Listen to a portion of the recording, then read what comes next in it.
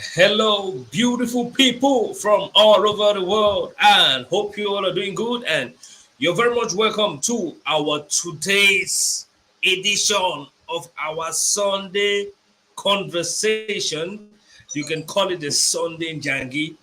And like you already know it is that program, that conversation, that session where we exchange ideas and chip in what we have so we can edify, encourage, and educate one another on basic things ranging from health, entrepreneur, and different aspects of life. Today is that very special day because everything about today's edition is very special. Trust me, it is special. It's been a very amazing time here, and I'm glad you all were patient enough with us so we could have today's edition.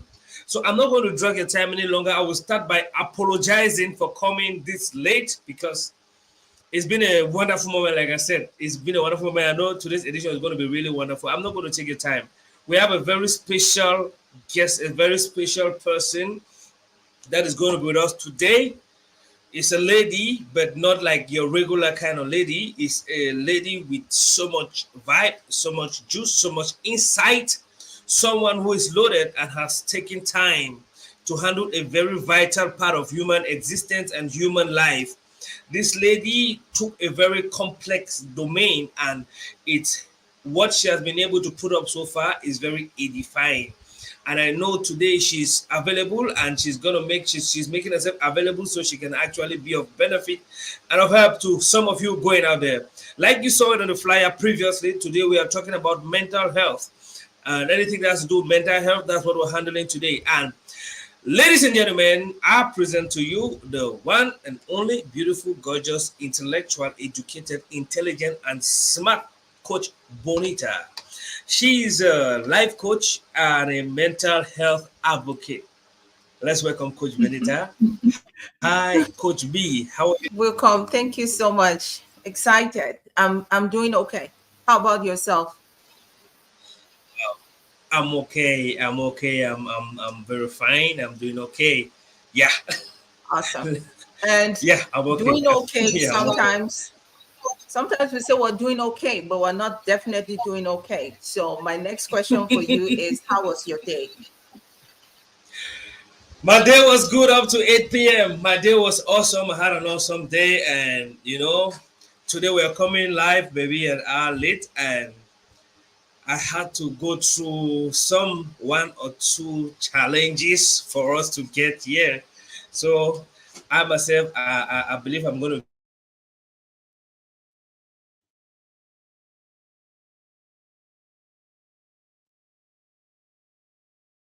be benefiting much from this conversation.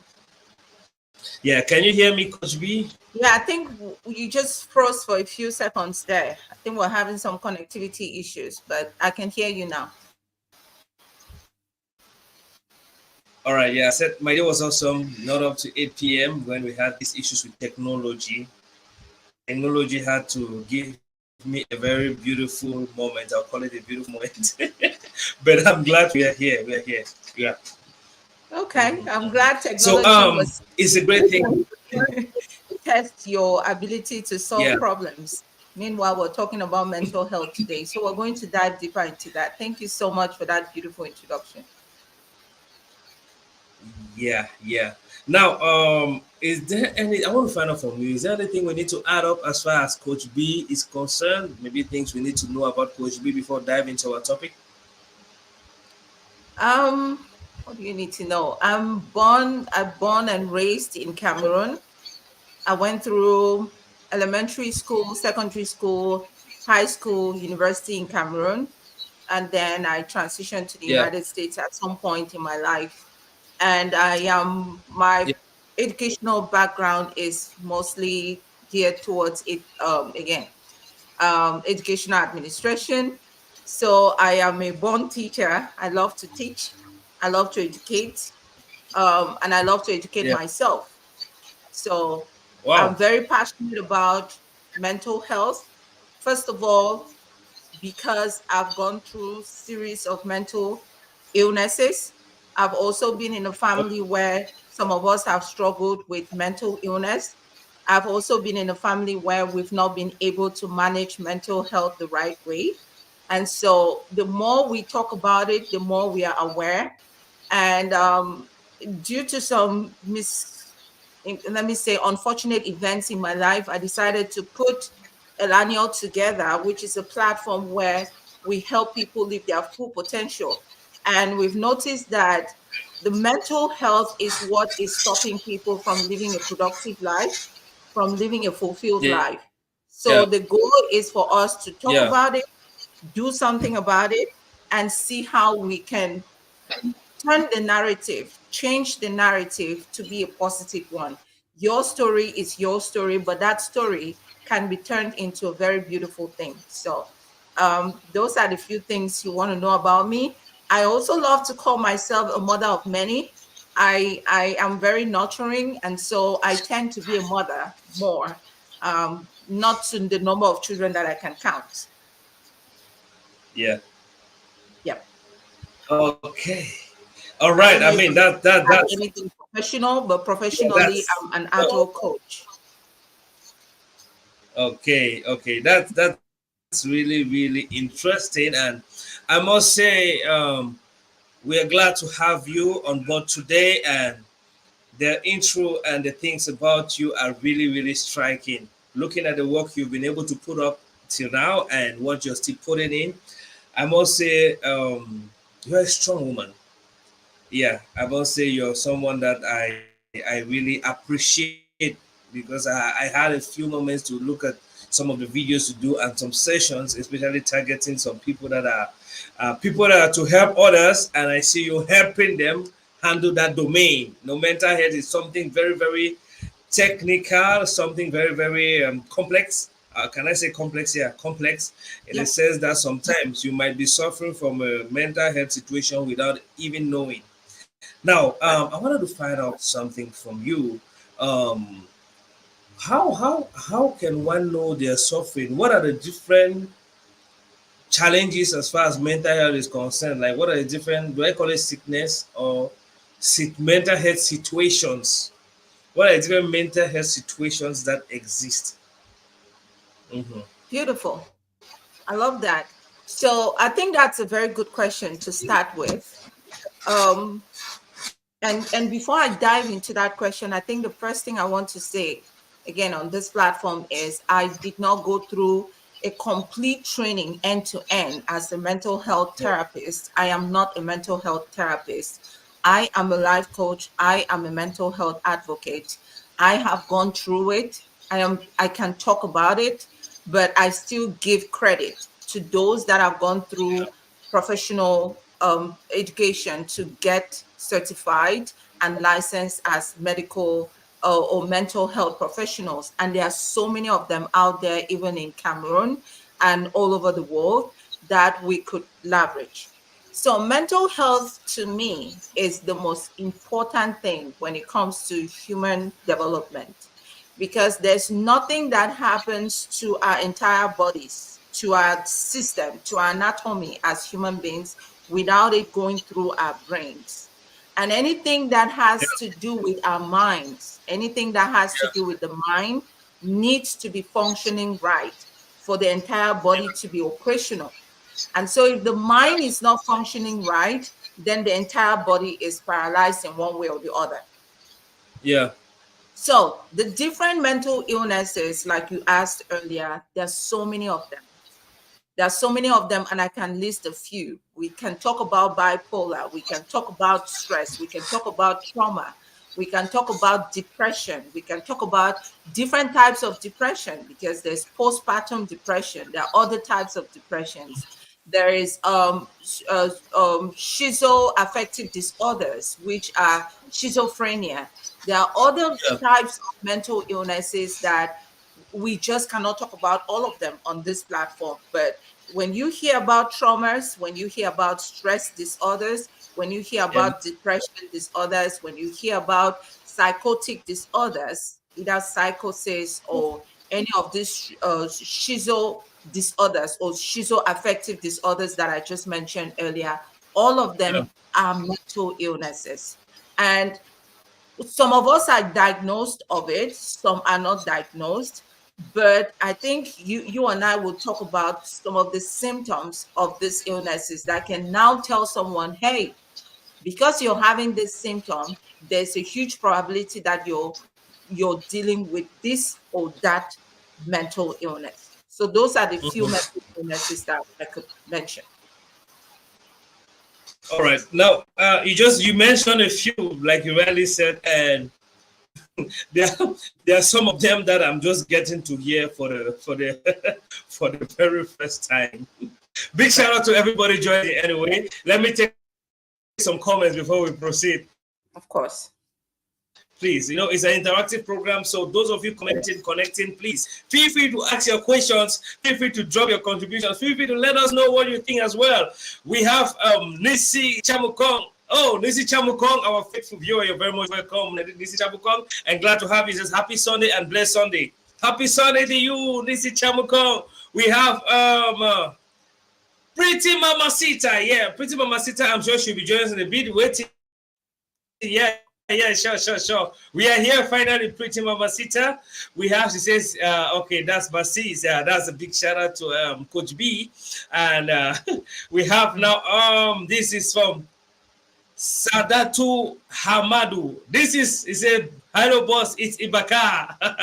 Ibaka, glad to have you on board, Ibaka. Please, those of you coming in, please do your best by sharing this podcast, this live conversation, because it's a place where everybody chips in what they think. Everybody poses their question. If you have doubt, good enough, we have Coach B in the building, so I'm sure she's going to be a great benefit to us all today, because I'll be equally benefiting from the things we're learning today. Like she just mentioned some different health illnesses, mental illnesses that I'm getting to know of. And I'm sure a lot of you are wondering if she's giving the names of mental health illnesses, or is a scientific name of mushroom and other things we see at home. That's just for fun anyway. Now we have Mofako Vikram. It says it's Mofako Vikram. It's either watching from Kuvukiland or from Wakanda or from you're very much welcome, Mofako Vikram, and hope Wakanda is okay today. Okay. Now, Coach B, back to you. I want to find out something from you. You mentioned a good number, you mentioned a few mental illnesses that exist. It is true, maybe those in the Western and more advanced world can understand what some of these illnesses are. But what we are most common in Africa, let me say the African sphere or maybe Cameroon, is depression. Mm-hmm. Yeah. What we're most common with is depression, and understand that different kinds of depression. Now, Coach B, can you help us understand something? What can we say depression is? Because sometimes someone might use the word when they are suffering from something else, and someone might use the word when they're trying to refer to something else. What can we say depression is? Exactly. That's a good point there. Somebody might be suffering from a different mental illness and we're calling it a different name. So the first thing is, yes, who diagnoses you? Who told you that you're depressed? If you are telling yourself that you're depressed, how did you get to that diagnosis? And I think that's one of the problems we're struggling with in Africa, because in most cases, when we start having a fever and we're having a headache and we're vomiting and what else? Vomiting, headaches, and heavy fevers, we assume it's malaria. And we say we have malaria, even without going through any test, without talking to a medical doctor. The reason why we assume it's malaria is because we've been able to see the symptoms of malaria over time. And now when we see them, we just assume it's malaria. But there are different sicknesses that can cause vomiting, that can cause headaches, and that can cause heavy fevers. So before you call it a name, you should go through proper diagnosis and get someone, a professional, tell you that this is the kind of mental illness you're struggling with. Same thing with any other physical challenges or physical illnesses you might be dealing with, like malaria that I mentioned earlier. So for depression, I would say that, again, I don't want to say that someone should just wake up one day and say, I'm depressed without someone diagnosing it. but you can talk about the things that make you Yeah. feel like a depressed person. You can talk about Mm-hmm. the things that make you feel like a depressed person. Meaning, if you woke up Mm-hmm. one day and there was an event that happened in your life all of a sudden, if there's something that Mm-hmm. you've been dealing with over time, for example, you lost Mm-hmm. your mom, and again, it Mm-hmm. happened without you even preparing yourself for it. She was not really sick for that long. And then after losing your Mm-hmm. mom, not too long, you lose your dad. He was not sick Mm-hmm. for too long. And the relationship you had with your mom and your dad was that kind of a relationship that was very bonding. So you had this beautiful Mm-hmm. connection with your parents. And even if you do not have a beautiful connection with your parents, sometimes just losing your parents creates a gap in your life. And that gap, that Yeah. lack of emotion, that emotion that you used to feed from the love that your mom was pouring in you, from the love that your dad was pouring in you, or just the fact that your Mm. mom was present in your life that you could always run to. When they are no longer available, it Yes. creates a gap. And that gap now is your body is trying to assimilate to this new way of living without a dad and without a mom. And you notice that you would wake up in the mornings, you're not motivated. You don't even want to Mm-hmm. get out of bed. The things that used to make Mm-hmm. you happy do not excite you anymore. The friends that used to Mm-hmm. make you laugh cannot make you laugh anymore. You don't even Mm-hmm. feel like eating often. Sometimes you start developing headaches even before you can realize that, oh, it's because I've not eaten. And then Yeah. nobody around you can really do anything that will please you. Those are Yeah. symptoms. Those are the things that can make you start feeling that you are dealing with a certain mental illness. Now, if that goes on Yes. for a very long time, for example, you cannot even make any effort of looking good. You don't dress well as you used to do before. You don't go out with your friends as you used to do before. You get irritated so easily. You're just imagining things. You're hopeless. You're not thinking of anything that can grow you anymore. That's when you see an expert and you tell that expert, this is how I am feeling. The expert now will tell you if you're just stressed, if you're struggling with schizophrenia, if you're struggling with depression, or you're struggling with an anxiety disorder, or it's a psychotic disorder. Those Mm-hmm. symptoms are what should take you to the doctor. You should not tell yourself, hey, I'm struggling with depression without a professional telling you it's depression, because you could call it depression when it's something else. Wow. Wow. I get. So the first step, if you're having a situation, be it mental or whatever, is to seek medical attention from the appropriate person. Exactly. All right. Now, let me take a few comments and then we'll proceed. This Sure. one says, Mama says, yes, some people self-diagnose a lot. Yeah, this is one very true fact. You see, you made mention of something like malaria.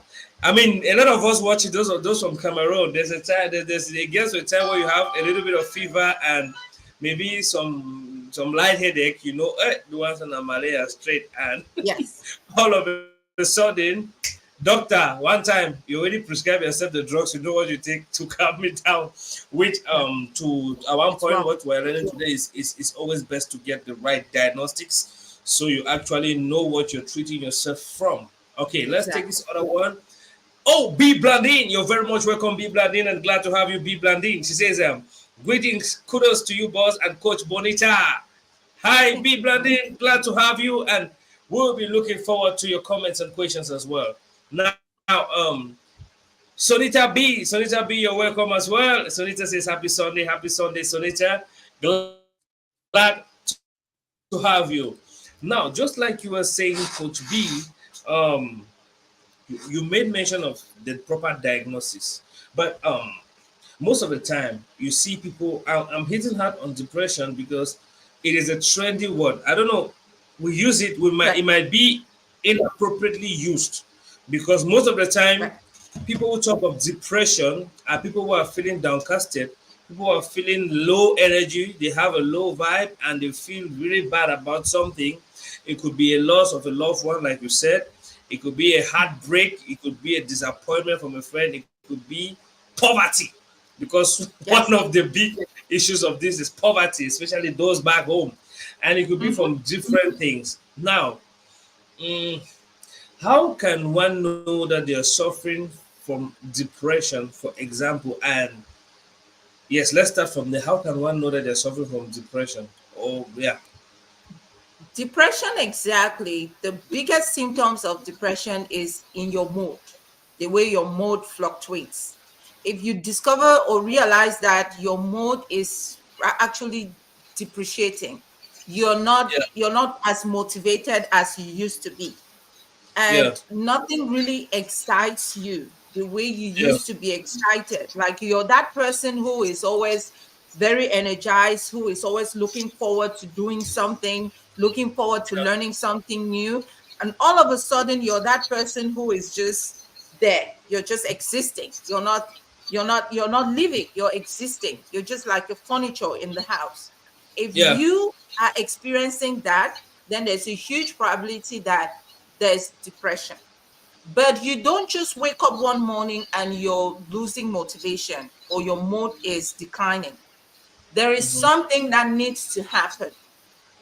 mm-hmm. And so that thing that will happen is what will inform anyone analyzing your ability to process that thing. So one thing I want to call out is the fact that mental, the mind is like a computer. The mind is like a computer that has so many functions. And Yeah, of all the nerves and the cells within your brain, almost billions of them, they communicate based on the senses that the human body can yes, has. So if you have seen something shocking, yeah, normally your sense of sight is not used to seeing that shocking event. Take, for example, you're traveling. God forbid you're yeah, traveling from Bamenda to Bafusan, and there was an accident, and somebody's head actually broke open, and you see that person's skull. oh, That's a traumatic incident. yeah, Your sight is not used to that kind of thing. You don't usually see it. And so your sense of sight is seeing that for the very first time, yeah, and it has an impact on the way your brain is going to process it. And someone yeah, just seeing that for the very first time, it can play in their subconscious over time and develop yeah, what we call trauma. Another incident when it comes to depression is you lost a loved one, someone that yeah, you had a lot of connection with, someone that you yeah, had so much hope with. Take, for example, your spouse or your child. A parent mm-hmm, has, if you, when you have a child, the goal is the child will grow up, grow old, and probably take care of you when you're old. It's your yeah, responsibility to take care of that child. And then all of a mm, sudden, that child's life ends at some point, which is what is happening back home now. So many people have lost their teenage kids out of the because of the crisis. But if you lost a child like that, that is not what your brain was not functioning like that.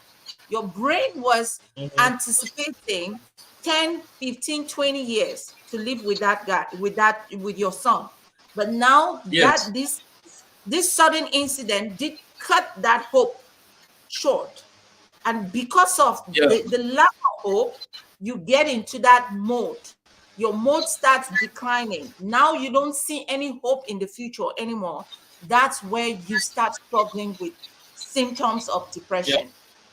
And it's very likely that if you saw a mental health expert and you explained these events, they would diagnose you of depression. Or if there are other things that might have happened in the past, they could be traumatic events that could have caused trauma. So there are so many, they are very intertwined, but for depression is when your mood is declining, when you do not have hope anymore. You feel like things have ended. What am I living for? When you start asking yourself those Yeah. questions, those are the preliminary stages of depression. Now, I want to find out something, Coach B. You talked of Go one ahead. of the principal ways of understanding that you're going through a depression is when you have mood swings. Now, I had this friend of mine.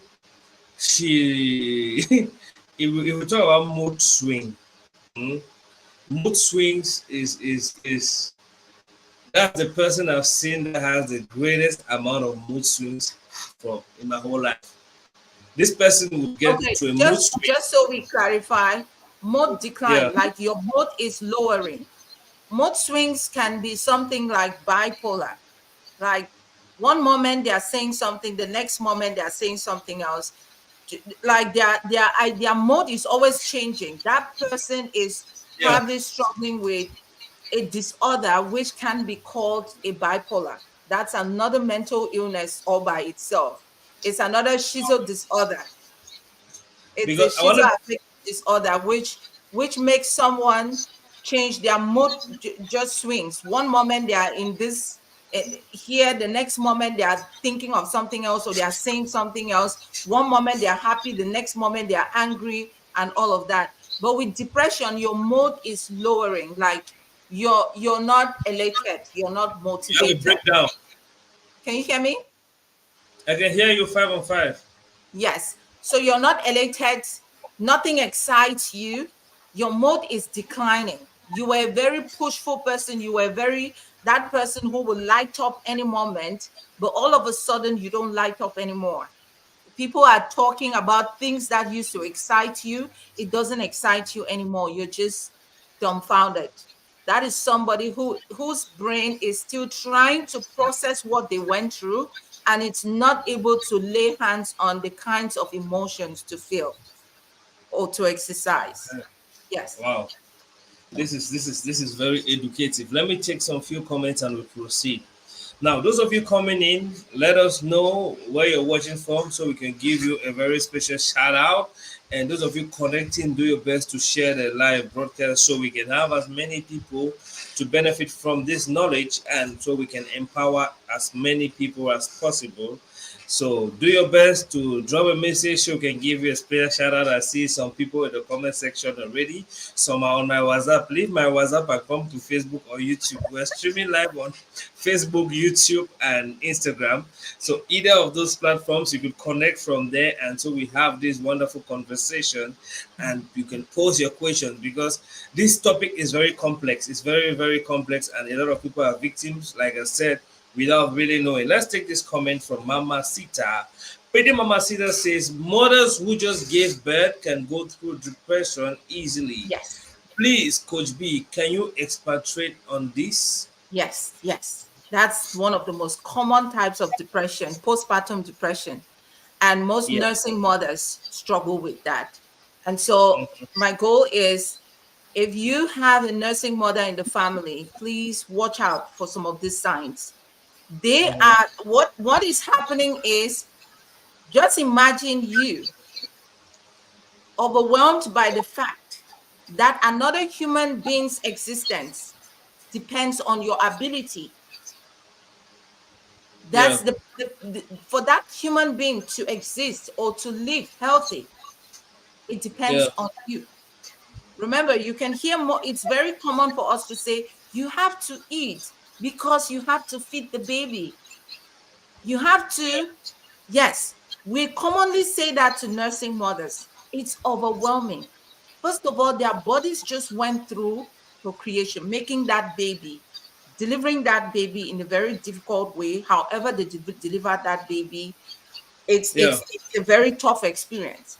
And now they need to nurse that baby. Mm-hmm. Sometimes when babies come, babies are different. There are some babies that are very nice. They would sleep for hours. You actually have to wake them and nurse them. There are some babies that are struggling with other illnesses. Maybe they have this, I don't know if they call it the colic. where they cannot sleep. They are very uncomfortable. And when a baby is uncomfortable, the mother is uncomfortable. And because their Yes. body is still adapting to this new way, so many hormones releasing milk to feed that baby, struggling transitioning from a pregnant woman to a postpartum. There's a lot going on in their system, and it's very easy for that woman to fall into postpartum depression. And what you notice is they start feeling overwhelmed. These mood swings will also be happening. They will just snap so easily. They will get angry so easily. That's because they are, first of all, they are overwhelmed. And at that Yeah. point, they need a lot of empathy. So Yeah. it's difficult for women that have a lot of support to get into that. Most Yeah. women that struggle with postpartum depression is because they did not have enough support, probably from their husbands or from family that come around to help with the baby when that baby is still young. Hmm. So your body is managing all of that. You're overwhelmed by, maybe if you have other kids also, you have to take care of the other kids and the new baby that you're nursing. So just the anxiety, just that pressure of nurturing another human being causes women to get into that postpartum depression. And they get tired, they're not having enough rest, they're not having enough sleep. All of that put together is communicating different things to the brain, and the brain gets tired. So it's reflective in the way you see them protect themselves. They are so angry, they are so restless, and it can even affect the baby. So it's very important that when you have a nursing mother around you, you want to watch them, especially those that do not have enough support. It's easy for them to get into the postpartum depression. Yes, Mama Wow. Sita, that's a very legitimate concern. Wow. Wow. This is wonderful. Postpartum depression. Hope the nursing mothers and future nursing mothers to pay keen attention to this. Above all, those the husbands, the Yes. husbands, and the loved ones to these women. Sometimes some mothers go through a lot. Yep. From the pain of childbirth, the pregnancy of 9 months to childbirth, and now you have to start witnessing some changes. Mhm. Today is a very special day, and it's a Mother's Day. Now I want to wish a special Mother's Day to all women out there. I'll start by wishing Coach Bonita a happy Mother's Day because I know she's a mother to nations. Thank And you. to happy Mother's Day to Mama Sita. Happy Mother's Day to all the mothers watching us out there. It's mother is really good for real. Mother is good for real. Let's proceed with some of these comments. This one says, she says Akonda Frederick. It says, watching from Kuala Lumpur. Or Is Kuala that Lumpur. somewhere in Cameroon? Adult. He's been out of Cameroon for a while. Oh, You're very much welcome, Akonda okay. Frederick. Glad to have you on board today, bro. And I mean, reading your comment feels so good. Yeah, you're very much welcome. Hope Kuala Lumpur is okay. I just hope this is not like Wakanda too, eh? The Yeah, imaginary you're very country. much welcome, my Connor Frederick. We equally have Akere Midred. Midred, you're very much welcome. Glad to have you as well. Hope you're doing okay. Always glad reading all your comments. He says, watching from Yaoundé is such an interesting topic. Thank you. And good enough, we have Coach B in the building to give us a deeper insight on this. I believe at the end of today's session, we're going to learn a lot and we're going to know how to better place our state as far as mental health is concerned. This thing is a whole ball game on its own. Now let's take this other comment. This is coming from Miss Pamama. Miss Pamama, you're very much welcome and glad to have you on board. She says, Coach, a friend of mine has been suffering from heartbreak for the past 4 years. Wow. Mhm. Could she be suffering from depression? Is there a way out? Now, Coach, we could halt here and you give us more insight on this. 4 years is a long time. In that case, if she hasn't been able to heal from he or she hasn't been able to heal from it, then she definitely needs to talk to a therapist. If she cannot talk to a therapist, she can start with a mentor. And I always recommend neutral people. It's so difficult to get someone to talk to, someone you trust. We live in a society where people take information we share with them and take it to the next person. There's no confidentiality. And so if you don't feel like sharing sensitive information to the people that are close to you, talk to a neutral person. It must not be within your Mhm. church. It must not be within your workplace. Just talk to a stranger. Yeah. There was a time in my life where I was going through something and I actually had to talk about it with a taxi driver. This guy had never Yeah. met me. But the reason why I was talking to a stranger is to get neutral perspective. It's very important Mhm. because the loved ones you have, it's not like they don't have your best interest, but their judgment is always biased, positively and negatively. So I'm not saying it's always negative. So talk to someone neutral.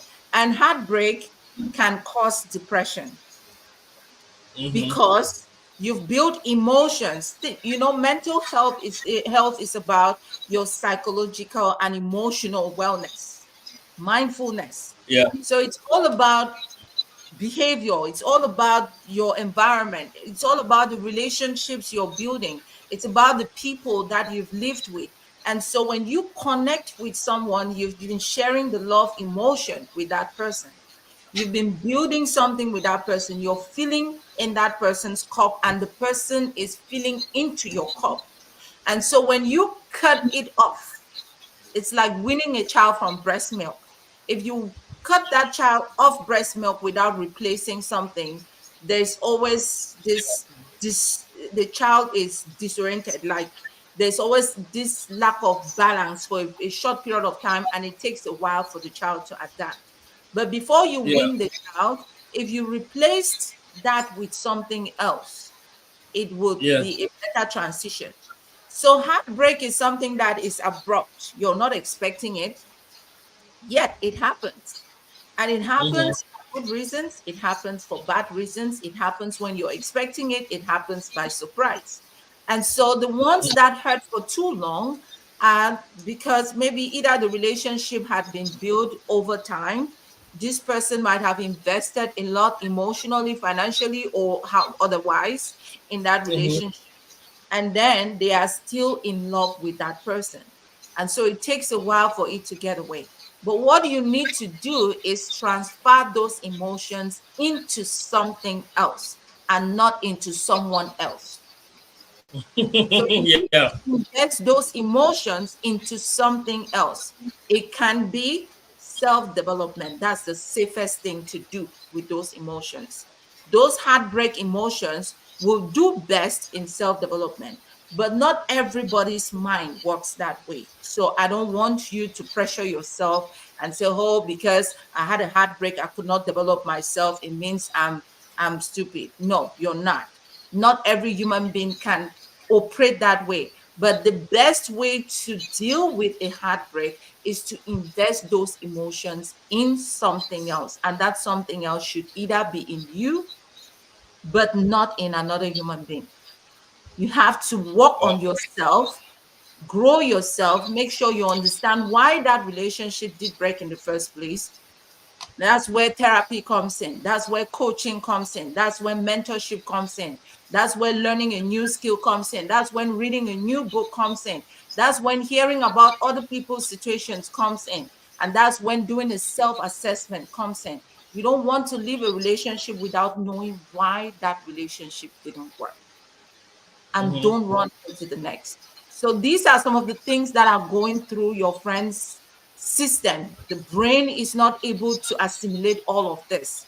And because it's confused, that's why they are in that mental state. So yes, they can be depressed because of a heartbreak. Okay. This is a wonderful response. We have lots of comments coming in. Please, those of you commenting there, we are really going to read your comments one by one. It's a really deep and rich section.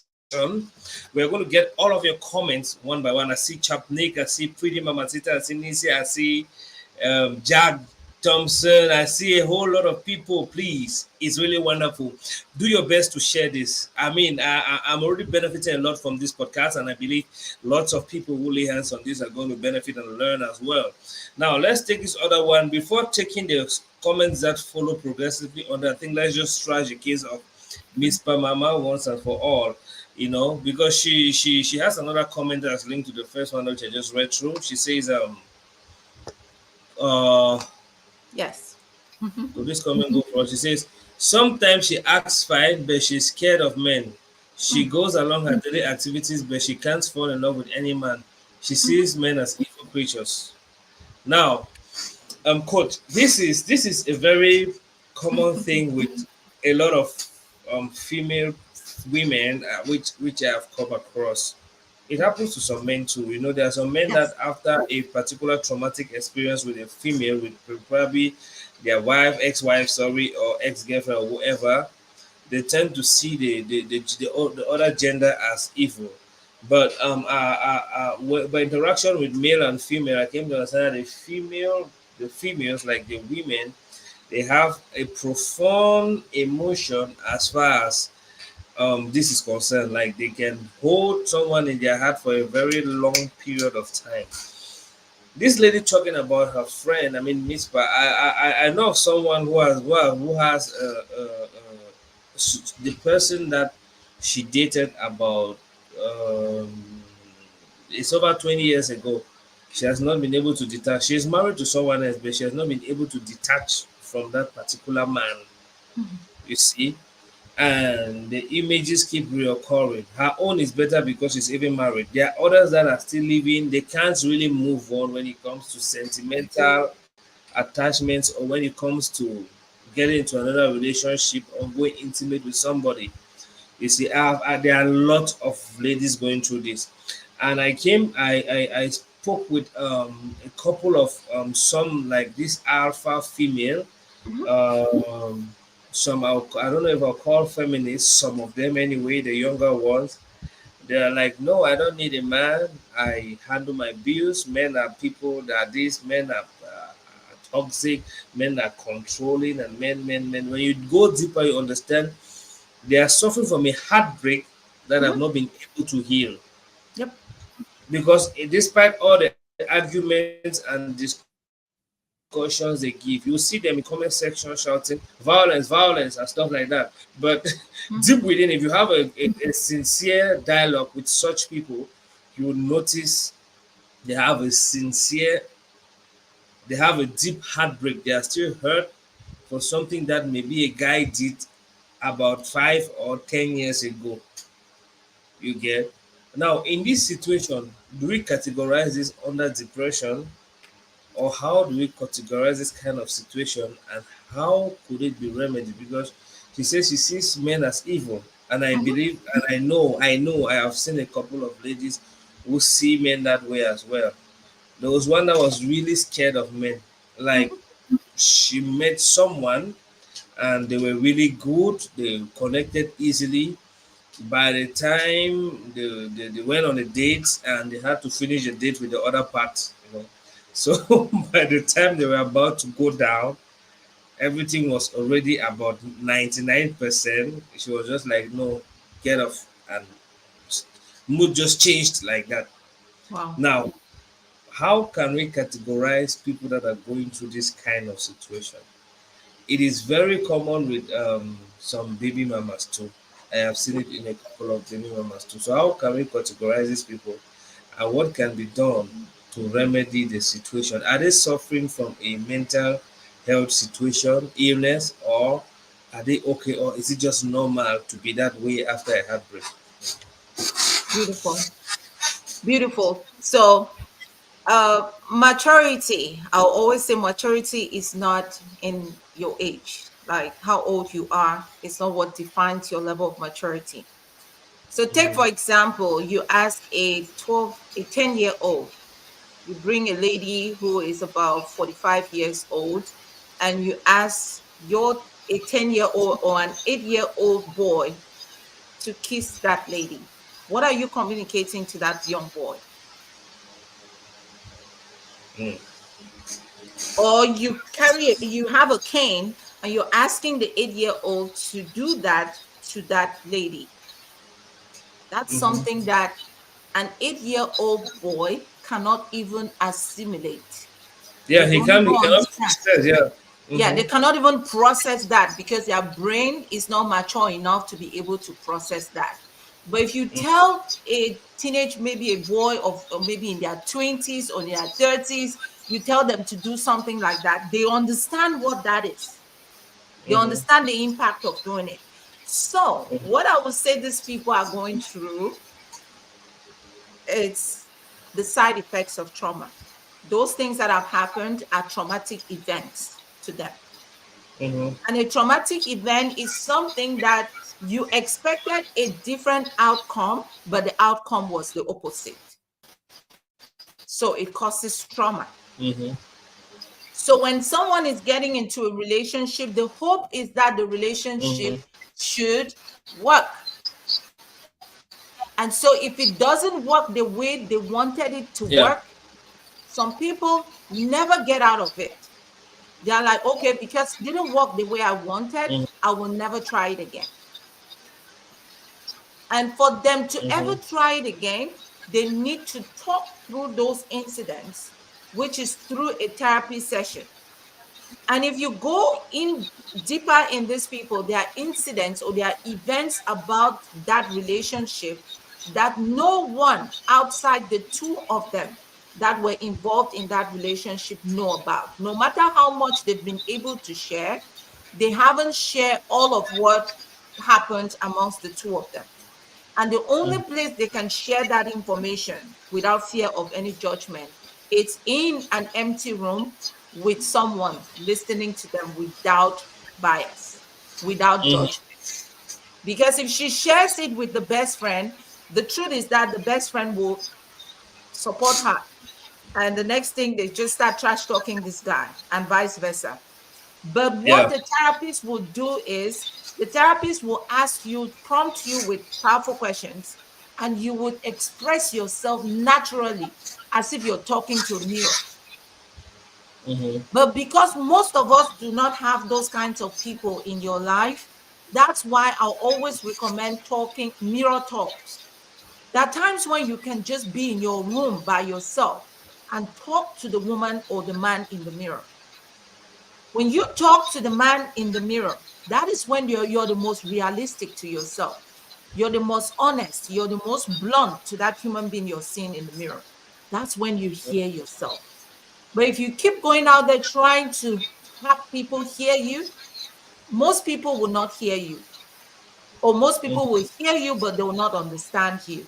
And that's why, because they're not understanding you, you're asking yourself, why is no one feeling this kind of pain that I'm feeling?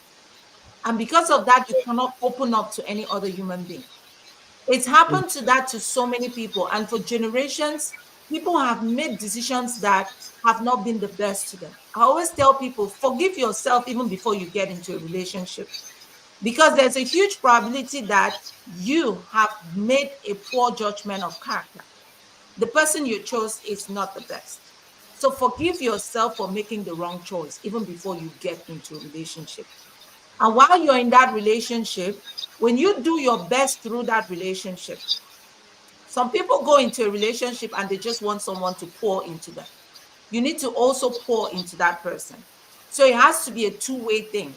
Because if it's one person pouring in, that's where you see people get so stuck in a relationship that they cannot leave, or even when it happens and they leave, they cannot detach from that person. They had invested a lot in that relationship.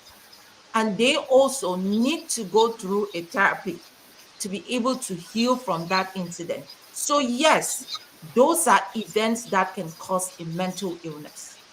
Right now, we cannot tell which of the mental illnesses, but these mental illnesses have been caused by these traumatic events that they've gone through. And it has an impact. It's just like a wound. If you burn your hand, it leaves a scar. And it Mm-hmm. takes years for the scar to heal. Some people, the scar will never heal. Like my skin, it's easy for scars to stay. I have a scar that I had when I was still in the university when I tried to flip eggs. I still Yeah. have But there are some people that have scars and the scars fade over time. It's the same with incidents in our lives. Some stay in our long-term memory, some stay in our short-term memory. Immediately you see something that reminds you, you go back and you start dwelling in it. But when it stays in your long-term memory for so long, before you know it, you start forgetting it. But Yeah. because that scar is so visible, you cannot detach yourself from it. You keep seeing the scar. You keep seeing the scar and you keep dwelling in it. But you need to talk to someone that can help you see the beauty in that scar, because the scar is never going to go away. The scar will be there. But now Yeah. you should tell a beautiful story about that scar.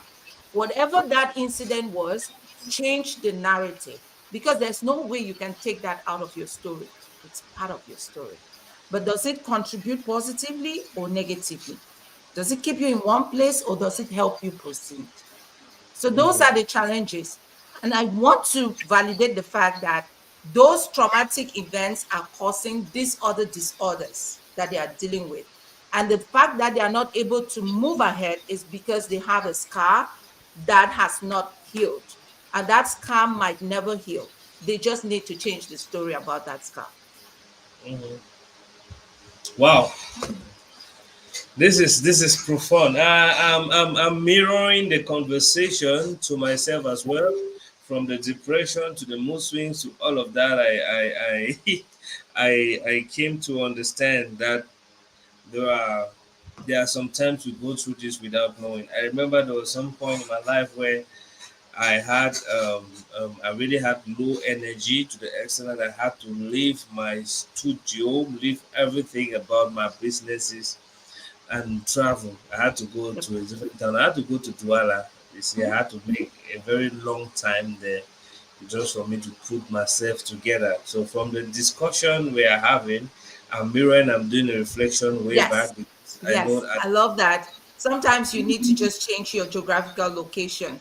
You just need to yeah, change friends.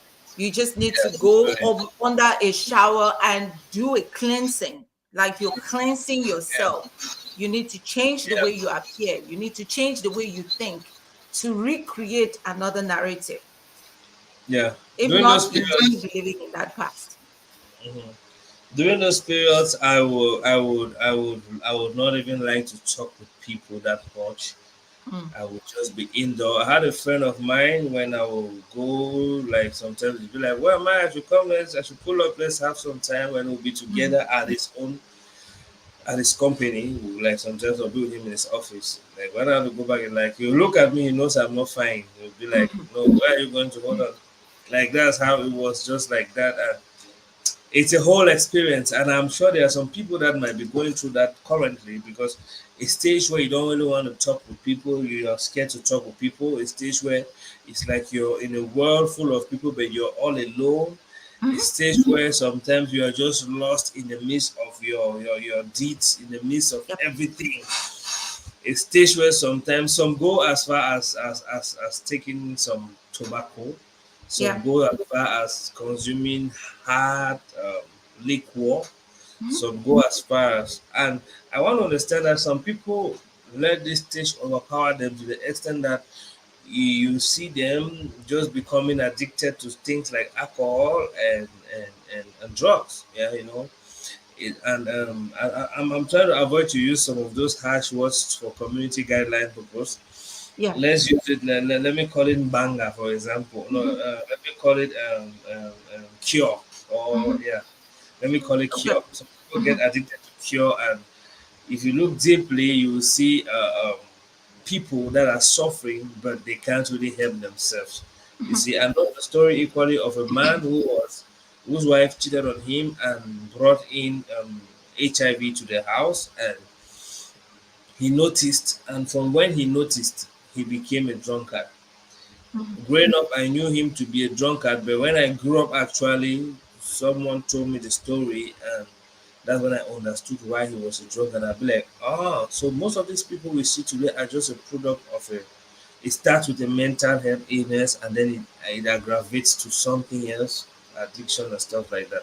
So that was just I had to mirror through all of this. While we were talking, a lot of things were just passing through my mind, and I'm sure some people are going through. Please, if you're going through any of these things, feel free, feel open to post your comments, ask your questions, and feel free, be open, because I believe today's edition is really rich, and I believe a lot of people are going to get they are going to get enlightened as far as mental health is concerned with the way Coach B is giving it to us. I mean, I myself, I am really benefiting from this.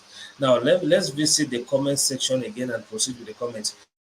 All of those of you coming in, you're very much welcome. This is a conversation where we say everything as it is. Feel free to speak it.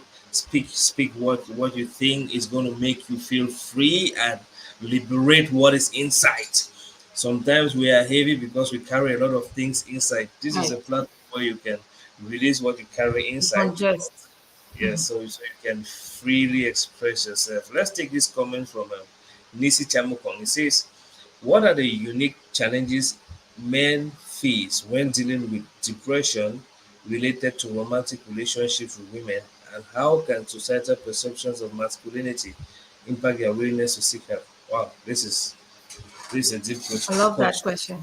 question. Yeah, I love that question because men are mostly neglected, especially in the African context. They're yeah, neglected when conversations about mental health come up. I've yeah, been looking online nowadays. I'm seeing a lot of men that are having these conversations now, and I'm really excited that they are now talking about mental health. So yeah. I would talk from a woman's perspective, and I've been in conversations with men, and they have been able to break down how romantic relationships can really impact a man's mental health. I didn't know that because where we grew up in a society that labels men as the toughest humans on the planet, but they are Yes. not. They're humans. Yeah, truly. Mm-hmm. Men are again more egocentric, yet there are still some women that are very egocentric. So I'm not going to say that men are very egocentric humans, but Yeah. naturally the man is is groomed to be that provider, to be that leader, to be the head, to be the one who takes charge. And so, even in a romantic relationship, they still want to be that person who takes charge, who runs, who takes care of the family, who stays on top of things, who provides for their woman and provides for children if there are any. And so some of them are very loyal, some are not. But for those that are very loyal, when they get into a romantic relationship and things do not turn out the way they expected, meaning this lady does something that really robs their ego. By something that really robs their ego, I think the men can say that in the chat. They know that if this woman does something that really robbed of your ego, it's going Mm-hmm. to break this man for a very long time. And Yeah. unfortunately, society does not allow them to grieve. What society tells them to do is to opt out of that relationship and jump into the next. And so they have a cycle. I call that a vicious cycle where they're Yeah. jumping from one relationship to the next with the wounds of the previous relationship. So they Yeah. take the scars of a relationship into another relationship, create scars, and then move to the next. That's because society is pushing them to quickly jump to the next woman as a way of getting out of the pain of Mm-hmm. heartbreak, or however we want to call it. So it's not giving them enough room to heal. But this is what I will say: the men also need to acknowledge the fact that they are humans. They can be disappointed, they can feel pain, they can be heartbroken. They should give themselves some time to heal before jumping into the next. If not, what you create for yourself is a pit where you stay there forever if you don't heal from that previous relationship, or you become a monster because you just go from one person to the next trying to get even with someone else. Someone else caused it, but you're getting even with all the other creatures that remind you of that person. Mm-hmm. So that's the unfortunate situation where men, especially in Africa, find themselves, or even in the world, when they get into a romantic relationship and it didn't turn out as expected. They carry those wounds into the next because of the societal pressure, or they become the terrible category in quotes The that toxic. also causes pain to every other creature that will remind them of what they had in the previous package. So, but work on yourself so that you can be the best package that some other beautiful package will love.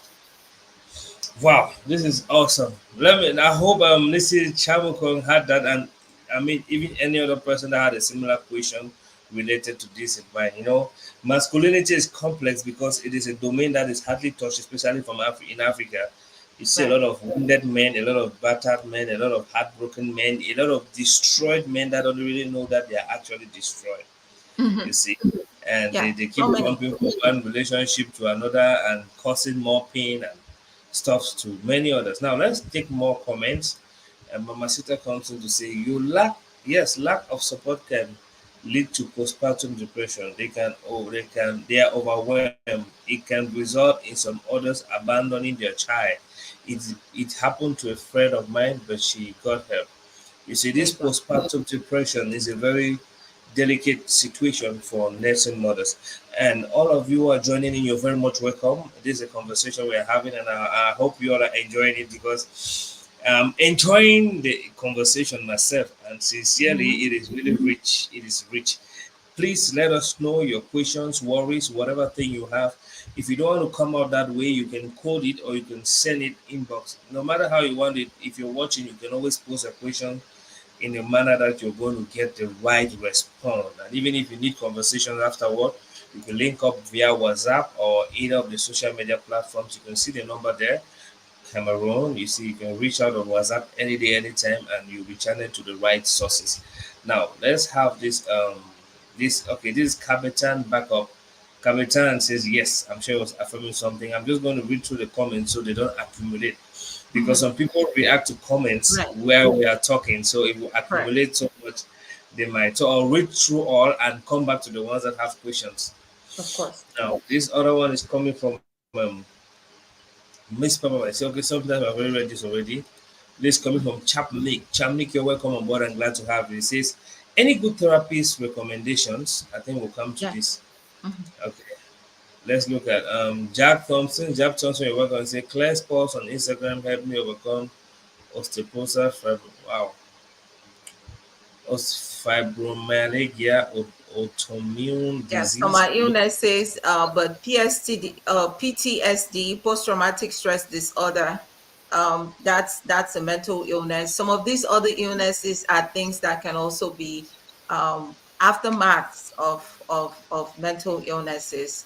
Um, ADHD, anxiety, and all of that. Yep, those are Yeah. all mental illnesses. Flail Wow. So permanently after taking various mental meds that didn't mental work. illnesses are actually numerous in Mhm. number, and so after taking major medicine work, okay, yeah. That's from Jack Thompson. Jack Thompson, you're very much welcome. I'm glad to have you on board, Jack Thompson. Yeah, thanks for this. We have Miss Pamama says, can one really heal from heartbreak, especially for women? Now, we're going to go progressively. We'll come back to this question. Mhm. This one says, Ashley Kira. Ashley Kira, you're very much welcome and glad to have you, Ashley Kira. Please, those of you coming in, share on WhatsApp, share on Facebook, share on Instagram, share on YouTube, share anywhere you can share. So we have more people connecting. I love the engagement already, and big shout out to all of those who are sending your comments and those of you who are participating. Ashley Kira says, I think healing from his car and getting out of depression depends on the individual and if they Right. can make up their mind to see things differently and if possible change their environment and people around them to completely heal from the scar stout. Okay, Shout shout out. out to Coach Bonita. Good to have you Very today. true. Yeah, Coach Bonita is a precious pearl we're having today, and she's really giving us Very deep true. insights on these She's issues. very right. All right. Julia Jane comes in to say, I usually order from, okay, she's giving medications. I think all of this will need to just verify some of the sources so we know Exactly. exactly what Mhm. we're giving out. I'll skip some for now. Juliet Jane, you're welcome. I'm glad to have you on board. Juliet Jane, you're welcome. Glad to have you on board. Nisi comes in to say, what are the most effective therapeutic approaches for addressing depression in men stemming from relationship conflict with women, and how can this approach be tailored to better meet the needs of male patients? All right, we'll come to this question as well. Let's take one more from James Shad. James Shad, okay. Hmm. All of these comments, we really need to verify all of them before Right. verify the sources. These are comments from public, so we need to verify the Yeah. sources to know exactly what we're talking on. Now, let's look at the last comment which we had to come from. Chabnik asked a question. Chabnik asked, he said, any therapist recommendation? That's what Chapnik asked. Yes. Oh, Is it? I don't know if you plan to get to this at some point. Reaching out. Wacom, did you plan to get to some point where I could yes, share this I plan. information, Yeah, or do you want me to?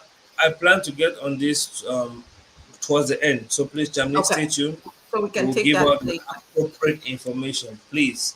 The comments that are coming up, the personalities, thanks for your comment, but if you're getting any medication from anybody, it should be verified. That's why I skipped some of the comments.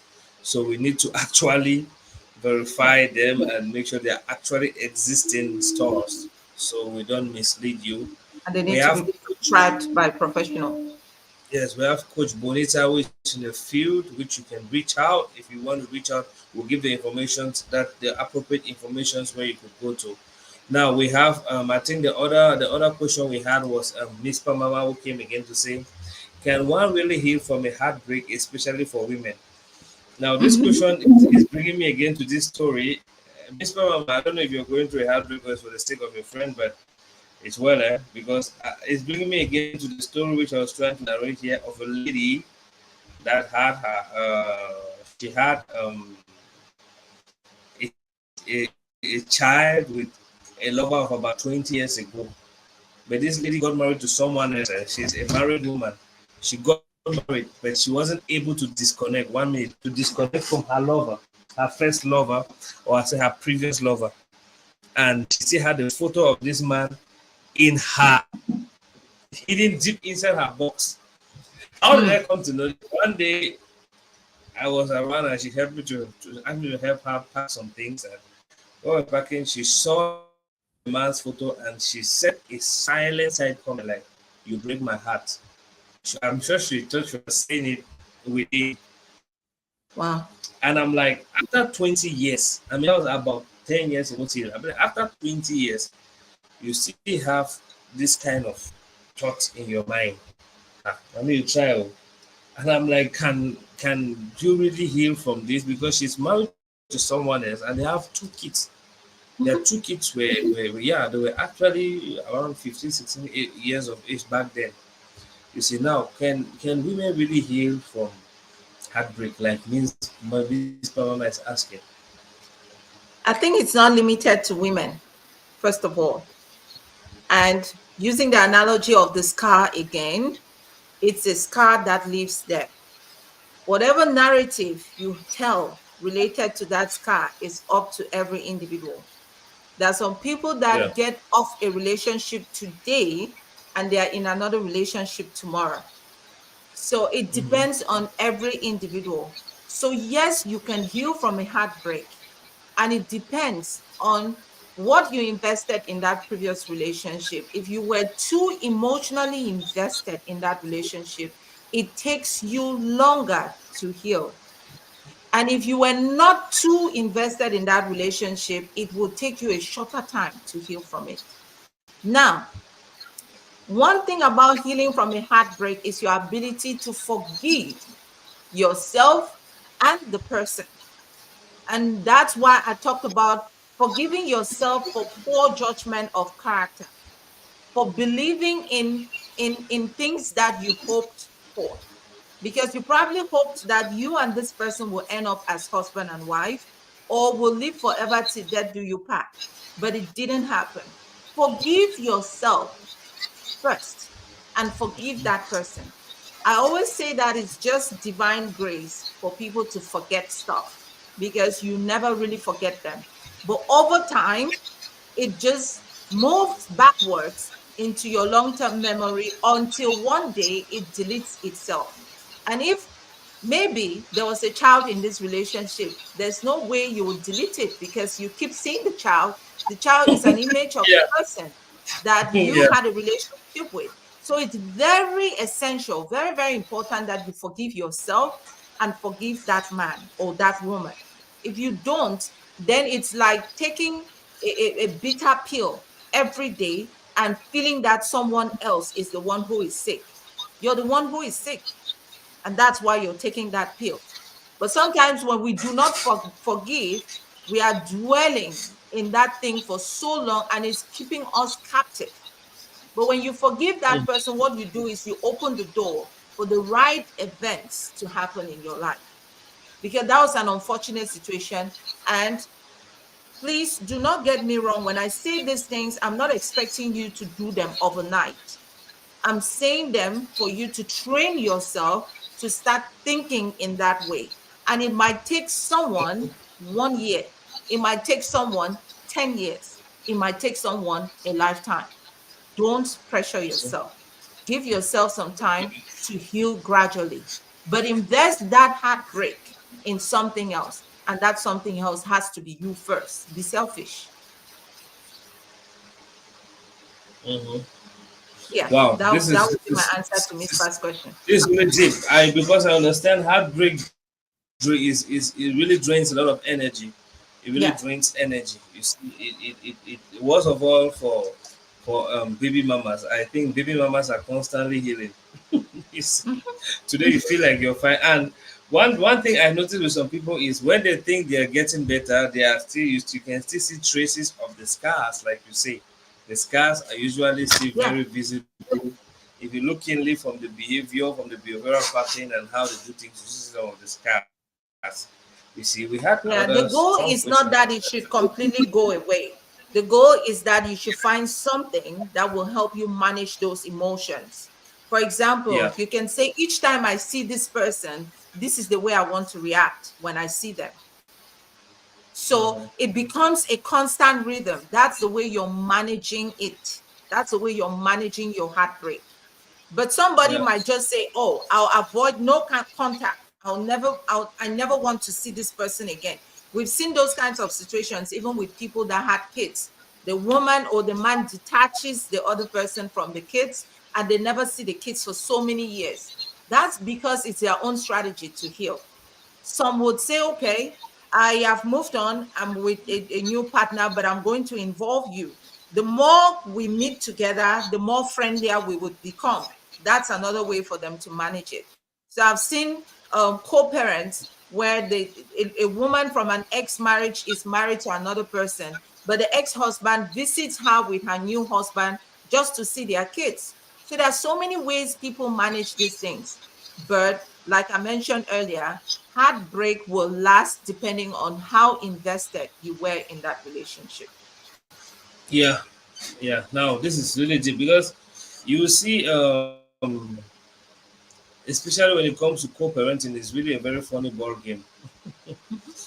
Co-parenting is really a very funny ball game. You have to constantly shut down emotions that want to arise. You shut down the want to arise, Right. especially women are emotional beings. I mean, from the African woman perspective, I think the Western woman is Everywhere. formulated or trained to be differently. You see, Yeah. but most Everywhere, women African are women, emotional.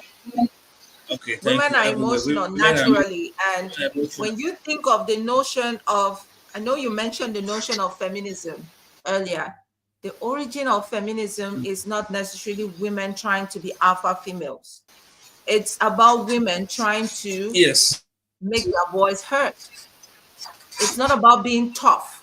Every woman, Oh, trust me, Those ones that are going around thinking or claiming to be too tough or to take the position of a man, trust me, right within them, they want to be a female. They want to be feminine. They Yeah. want to enjoy their femininity. But unfortunately, Yeah. they cannot. So they assume a role that is not them. Feminism was mostly, Yeah. when I read about psychology, I realized that feminism was first spoken of in the 1800s. And that's because men wrote the Yeah. psychology of women. And so this psychologist, who Yeah. was now a female, came up and is asking, why are you writing about the female psychology without talking to women? We know our emotions. We know how we process those emotions. We know how we behave. Why not ask us some of those questions so that our answers will fit into the information you put out there about the female psychology? And now we've Yeah. turned that term into so many other things which are not correct. So, but every woman, trust me, every female you see wants to be feminine, wants to be that softer being. Trust Oh, me, oh, nobody should fool this is you. deep. This is deep. Okay. Yeah. Let's take this contribution from Ashley Kira. I think it's related to the previous comment, Mhm. and we can actually now go into the other comment based on the masculine part of it. Ashley Kira comes in to say, well, women can heal from a heartbreak depending if they can allow themselves to get healed before they move on. There you Well, go. emotions, investments can cause people not to heal, depending on Yep. how deep they have invested efforts. You see, Yep. he Mhm. says better advice we heal than getting into a relationship. It can There you work and it might not work. So everyone's mind should be conditioned that way, so we don't get hurt and find it difficult to move on. I He love says you, we can Ashley. get over. Sorry. I just said I love you to Ashley. Perfectly said. Work on yourself. Oh, Ashley Kira, perfectly said. Yeah. She says, I'm trying to get a comment on my phone because on this platform it cut the comment. He says, we can't get over heartbreak in a day. It takes time, some days or months. Let me try to get a comment from my phone, from my mobile device, so I can read it all. Because as you can see on the screen, it cut from there. Okay. Now the Okay. issue, yeah, because there's this thing. It is very interesting to see. You have to wait. You have to heal before moving on. Now, Mhm. someone going through depression, the one caused by Mhm. heartbreak. Mhm. On your own, Yes. how do you really wait to heal? How do you really Mhm. heal? You see, That's a good if I take question. for That's why the person should seek therapy. Yeah, that's yeah, why the person should seek therapy. It's very important. The reason why you talk to a therapist is because you cannot handle it by yourself. If you can handle it mhm. by yourself, then there's no need to see a professional. So See if it's therapist, taking yeah, you 1 year, 2 years, this guy or this lady has moved on, you're still hung up, you're still attached, you cannot yeah, express yourself, you hate the opposite sex. When you see a man, men are monsters, women are devils, and all yeah, of that, you find yourself, your inability to process your emotions, your inability to even understand events that are happening in your life. That's yeah, because your emotions are all over the place, and that's the time to see yeah, someone else help you through it. It's not like each time a boy or a girl breaks up with you, you just run to therapy. No, you try by processing it yourself. And if it doesn't work, then you get someone to help. Yeah, on in the West, it's easy that you can just go to your primary care physician, and your primary care physician will refer you to a therapist. But back home, I know the resources are not as many as there are. Again, that's why we're yeah, here. We're here as life coaches. You can talk to us. There are also therapists back home. Maybe we did not know that we have mental health experts back home, but we do. and some of them are Yeah. very affordable. Some of them can even consult you for free. So those resources are out there. And again, I mentioned earlier, you can talk to a stranger. You can talk to a Mm. stranger just to get a neutral perspective if you don't want to talk Of to the people that situation. are close to you. Yeah. Yeah. This is a wonderful one. I I know of a lady that um she suffered from this issue, and it got to a point where she got to an, how do I put it, absent minded. Mm, the person that will sit and forget herself. Yeah, she's hallucinating, like Yeah. imagining Fascinating. things. Hmm. Sometimes you say something and she'll be like, you did not say them. Sometimes you did not say something, Yeah, she she'll say just, before you. Like, okay. however, I thought it's like this person hears voices. At one point, I've been like, Yeah, that's a mental illness. It falls under the schizoaffective disorders. That's a mental illness. And again, some of us will even go as far as calling it a spiritual attack. It's a mental yes, illness that has not been treated. thank you. Thank you. You have raised this topic. I was about to come to this point. Mental illness versus spiritual attack. Could mental illness be linked to spirituality, or there is a thin line between, or mental illness is mental illness and spiritual attack? Like, how can we draft it? See, The latter, in the Western the world, latter is, yeah, the latter. in the Mental West, illness is mental illness. Spiritual attack is spiritual attack. I'm yeah, not going to because say there's no spirituality. I'm not going to say that there are no evil forces. There are evil forces. Some of yeah, us have experienced them. Some of us can talk about them. There's a place for spirituality and there's a place for reality. But yeah, given the society where we find ourselves, most yes, of the mental illnesses have been considered as spiritual attacks and they've been taken to the wrong doctor. So but you have someone who has gone through trauma and they are hallucinating, just like you mentioned earlier. The yes, first thing, the first reaction is that we take it to the pastor. yeah, I'm not saying that we shouldn't pray. I'm a Christian myself. yes, Let's pray about it, but let's see a professional. I say yeah. so because I've been in a family with a loved one who was struggling with psychosis. And it got to a point where she would take a blade and will hurt herself. And she doesn't One feel minute, pain. Coach B, please. Let me interrupt you, please. I want to find out what is psychosis, so those All watching right. can actually understand. Yeah, Psychosis is another mental illness, and it's caused by psychotic disorders, meaning that you start feeling like your body is not functioning the right way. So normally when you burn yourself, like if you were to run warm water on your skin, it's going to communicate to your brain that something warm touched your skin, something too hot touched your skin. But unfortunately, when you're dealing with psychosis, some of those psychotic disorders, if something hot touched your skin, you enjoy it and it's hurting you, but you're enjoying it. That's because that your skin, that sense of feeling is not working anymore. It's communicating the wrong thing to the mind. And so the mind is the one to communicate to the skin that, hey, something harmful is touching you. But unfortunately, for example, what I mentioned, cutting you, they enjoy, it's like fun. So yeah. psychosis will make you do strange things. It will make you do strange things, things that are abnormal.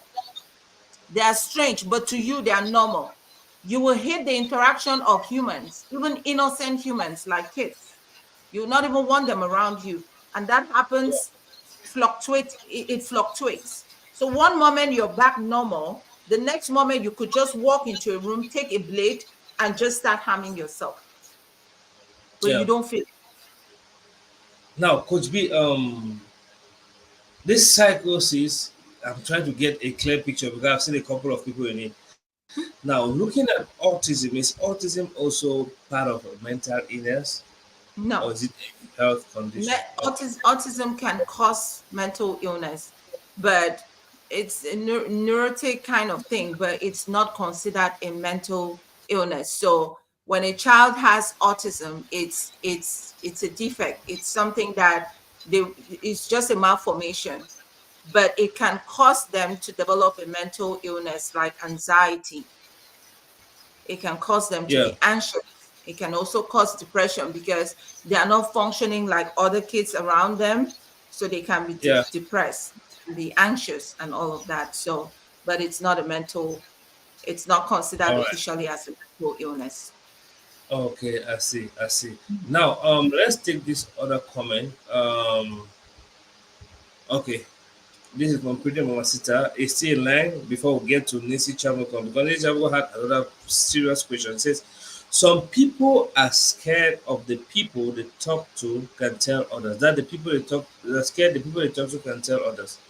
Talk to a Yes. professional because they are not allowed to share your information to others because they will be held Not liable liable. for it. True.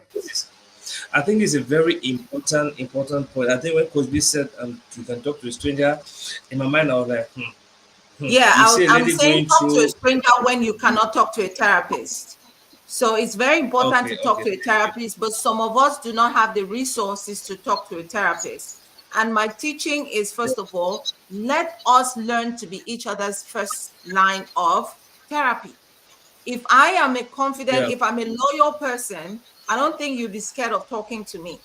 But because you make yourself to be that yeah, person where nobody feels comfortable telling you something because they know the next person you see, you're going to tell that same the person. That's when they don't even have trust in you. But yes, if you build a trustworthy relationship with the people around you, they will feel safe talking to you. So my coaching is always talking to someone you feel safe around. If you don't feel safe around anyone, talk to a stranger. And then if you have the resources, trust me, walk into a mental health clinic and talk to a therapist, talk to a professional. And life coaches are there are so many life coaches. I'm here. You can always talk to some because we have privacy policies that your information can never yes. be shared with the next person. It's not allowed. Well, Yeah. I think this comment was really essential for us to elaborate more. I think the first and Yeah. best option should be for you to talk to a professional. Sometimes you will talk with somebody, maybe a lady that is in this very vulnerable mental state where she just needs comfort, and a smart guy, a beautiful girl. I mean, it happens. A beautiful girl might be in a vulnerable state. You just talk to a guy, the guy just takes advantage, bam, give you the comfort for a very short while, and do the worst version of what you were going through. So, Exactly. it's yeah, it works. It works with some people where it doesn't work well with people. But I think the best option should be to talk to a therapist. Now we have um um Ray. Okay, we have Emerson Ira Baba. He says speaking from a, you're very much welcome. You're very much welcome. Glad to have you. And I mean, it feels so good having you around. He says, speaking from a more social point of view, I think peer pressure too influences youth action, and also to an extent, it grows to that individual. How can we help such a person? Okay, it comes back to say thanks, bro. Now, before coming to this, let's look at Nisi's comment question. He asked a very pertinent question because we're going progressively, so we don't mix up the conversation. Yeah. All right, bye Exactly. bye. We are coming to this. We are coming to this. Now, let's take a previous comment that was there before yours came in. It says, what are the most effective therapeutic approaches for addressing depression in men, in men stemming from relationship conflicts with women, and how can these approaches be tailored to better meet the needs of male patients? Now, this is bringing us now to the next phase of our conversation: possible solutions for those suffering from mental health illnesses. Now, Coach B, what are the most effective therapeutic approaches, and what Nisi Chamokon is trying to access? All What are the right. best approaches? Mhm. Awesome. So when we think about depression, I'd like us to understand the fact that some of these mental illnesses are genetic. Yeah, So, for example, those that are genetic, it's going to be it's going to be tougher to handle them. But yeah, those that are caused by traumatic incidents or maybe environmental issues or maybe some lack of, like someone mentioned, that the youths are having a lot of pressure, and all of that. It's causing anxiety disorders and all of that. So to manage this depression, the first thing to do is, first of all, to acknowledge it. If you do not accept that you're struggling with any mental illness, there's no way you can address it. So you need to, first of all, start by acknowledging the fact that you are challenged. You're emotionally challenged, you're psychologically challenged, you're mentally challenged, and you are unable to handle those things by yourself. You also need to accept vulnerability, because we are prone to, or we are built to think being vulnerable is being weak. Being vulnerable is being strong. When you're vulnerable, you're strong. By vulnerability, I'm saying that be ready to speak up, because we're being trained to hold up information inside of us, especially the men, that if you talk about it and you even cry about it, then you're the weakest man on the planet. No, you want to talk about it. You want to even cry about it. But understanding that the tears running down your face are not a sign of weakness, but they are an expression of emotions. The Yeah. next thing we want to do is create small communities, small groups of men that Yeah. have a common interest or struggle with the same common challenges. So if there are young people that are unemployed, they can come together as a group of people and see how their mental health, or depression, if it's depression, how their mental health is being affected by their state, by their current state. How can they Yeah. manage it during that time? Because the way you manage stress depends on your needs, depend on your location, and depends on the resources that you have at hand. You Yeah. can manage stress before even talking to a therapist. You can manage stress after talking to a therapist, or depression after talking to a therapist. So if you've spoken to a therapist, the therapist will guide you on the things that could help you through that depression. But if you've not spoken to a therapist, but you're aware of the mental health, of the symptoms of depression, and you can tell that these are some of my triggers. These are the things that have triggered my state of depression. Now, let me choose one thing that can help me manage this depression. It could be exercise. You can say, I would exercise for 1 hour. That's the way I'll burn that steam. That's the way I'm going to exhaust that energy. That's the way I'm going to reactivate myself every morning. You can also say, I'll choose to meditate every morning. And that's you doing some self-affirmation, mindfulness, just Yeah. releasing the beautiful energy and taking in good oxygen. That's Yeah. meditation. You can choose to start a new idea, maybe a creative idea. Invest your emotions in something very creative that makes you happy. So it's about you identifying something that can soothe you in that moment of depression. And it's so difficult to find it, but you need to start doing the little bits. I want to share my experience here, because I have struggled All with right. depression as a result of grief. And the way it was progressive. Remember, when you're going through grief, the longest season of grief is the season of denial. You're denying the fact that you went through that. You're denying the fact Yeah. that this loved one died. And so it's most difficult at that season. Once you've gotten from the stage of denial into that stage where you're being aware, you're gradually accepting it. That's when you start doing some of the things that can be pleasurable to you. And one thing that I used to do was listen to gospel music. One, because it gave me hope, and that was the hope that I didn't have. My depression was hope. I was hopeless. So I wanted to invest in something that will teach me how to hope again. And so listening to gospel music was what taught me how to hope again. And Mhm. then there's one big thing. They say misery loves company. It's true. It's very true. Misery loves company. And that's why I said you need to identify with the people that are struggling with the same challenges as you.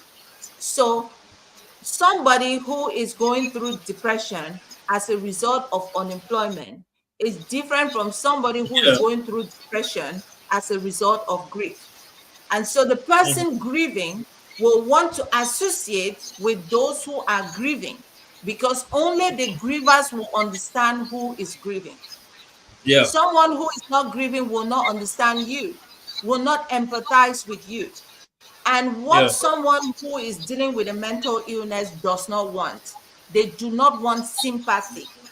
When Yeah. anyone is dealing with any form of mental illness, they do not like sympathy. They are looking for empathy.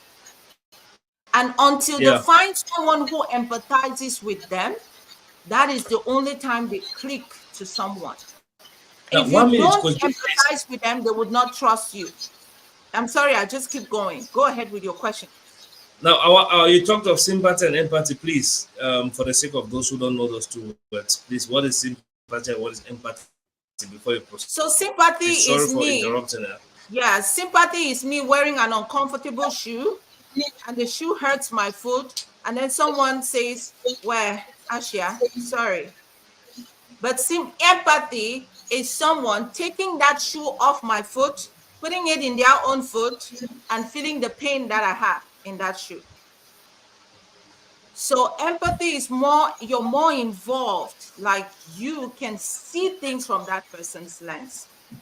Mhm. And it's very rare to see someone who has not gone through the same thing to be able to provide the degree of empathy that someone needs.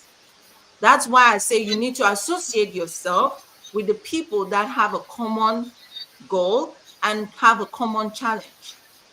When I was going through depression, I was identifying myself, or I wanted. Remember, you said earlier that you did not want to hang out with certain friends that did not understand what you were going through. I Yeah. wanted to hang out with just those people that had gone through what I went through. I did not want to be around anybody that had not been through it. And that's because misery loves company. And I wanted that kind of company.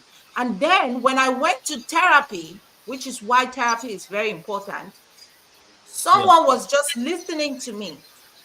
And the beauty of therapy is validation. And that's what anybody with mental illness is looking for. They are looking for someone that can validate their emotions. Yeah. Someone mentioned a friend that has been going through heartbreak. If you start by pushing them to snap out of that heartbreak, you'll be the first enemy that they will have. But if you start by saying, oh, it's okay, cry if you need to, talk to me if you need to, I just cannot feel your pain. It's difficult for me to feel the same pain that you're feeling. These are so I was reading this book, I was watching this movie, and I saw something. Please, I would like you to watch this movie. Just Yeah. you're not prescribing anything to them, you're not telling them anything to do, but you're Yeah. validating their emotions. You're Mhm. making them feel hurt. And so that's what they want at that time. Give it to them until when they are able to scale to that point where you can start being critical with them. And when they get to that point where they are being critical, you will know because their narrative will change from why did he do this to me or why did she do this to me to I wish I had done things differently. I wish I were this person. That's when you kick in with your own analysis because they're already analyzing. But if you start analyzing when they are still at that moment where they want to be validated, they cut Mhm. you off and they go to someone else who will validate them. And that's why therapy is very important because the therapist goes through all those stages and gives you an opportunity to vent, to cry, Yeah. to talk about this, to feel the pain, to feel the emotions, to analyze, and to get back to your critical thinking. Once you Mm. get to your critical thinking, that's when you identify the first three things that you can do to help yourself by yourself. The therapist doesn't tell you what to do. You get to a point where you can tell yourself what will make you feel better. Wow. All right. This is another deep one. Please, those of you Yeah. follow it. Today is week, like I said, and this live will be on these platforms: YouTube, Facebook, Instagram doesn't save lives. So anytime you can watch it over and over, because it's been a very educative session this far. Now let's take Ari Baba's comment. Let's look at what it says. Speaking from a more social point of view, I think peer pressure to influence youth action, and also to an extent, it grows with that individual. How can we help such a person? Now, these are people suffer from peer pressure. Mhm. Yeah, I think, Coach that's Bonita, any another comment cost. on this? It's Yeah, Yeah, it's a very big cost, especially for young people. It costs a lot of again, we feel like young people shouldn't be dealing with mental illness, but they are the ones that suffer from it the most. yeah, Especially they suffer from personality disorder. yeah, You see some of them will get into eating disorders. They struggle with yes, anxiety because their body is changing and they are trying to assimilate with other young people. They're trying to dress like others. They're trying to make their body look like others. They're trying to do the things that the others are doing. And then their families have extra pressure on them because of the kinds of expectations that they have on them. I remember yeah, when I was growing up, um, the parents within my community will always compare their children. So they'll always be like, why can't you be like this child in this hmm, family? It's very common within our society. So those are the yeah, things that will cause a lot of that pressure. But I'll still call out the need for awareness. I'll still call out the need for them to regroup themselves, come together as a unit, and start helping themselves by identifying the things that they are passionate about and work towards achieving them. There's no way you can cut you just cannot design it and make it whole the same day. It has to yeah, be progressive, and you start from somewhere with a destination in mind. But one thing we need to start doing is stop this expectation thing. The high yeah, expectations is one of the things that is causing a lot of anxiety within our society. And every human, I would always say that we all are created with a unique capability. There's something I have that no one else has. There's something someone has. I'm sorry, there's someone at my door, but let me finish my thought before I go check. all right, Yeah. So people okay, are unique in different ways. So, but if we teach our young people to believe in themselves first, in those days when they are struggling, when they're having some of those challenges, they would still know that my potential lives in me and nobody is going to take that potential from me. But I don't need to pressure myself to be someone else. yeah. Wow, this is a great one. Now, Yeah. Just give me a moment. yeah, all right, Coach B, no problem. I'll just continue with the chats now. One of the key things which Coach B mentioned was about masculinity, was the fact that men do feel hurt, and men sometimes you can feel to cry. The point of masculinity is sometimes we men sometimes we feel like we are robots. I still have a good memory of the moments when I was say I was depressed, because getting to hear what Coach B said regards the different stages you diagnose that was pure depression. You see, no matter your gender or whatever, just be real to yourself. You get the point, and I believe being real to yourself is acceptance, and from there you're going to take the right steps. Most appropriately is to get a therapist that's going to see you through. People suffer from different forms of depression, from peer pressure, from pressure from complex, from different kinds of mental situations, and which, if care is not taken, you see people going to terminate their. I don't want to use the word itself because it's somewhat violent. You see people going to terminate their own existence, You see people going as far as doing funny things because they can't really control themselves on what is going through. There are sometimes crying really relieves. Sincerely, there are times which Wow, crying thank really you for relieves. saying that. Yeah, Thank because you for saying that. I Crying is remember, therapy. yeah, at one point in time, yeah, I've been the leader kind of person, and in all the businesses I run, I'm always at the forefront. And one of the realities is being a leader. Sometimes the people who look up to you make you look sometimes as though you're a spirit, not knowing you're equally a human being.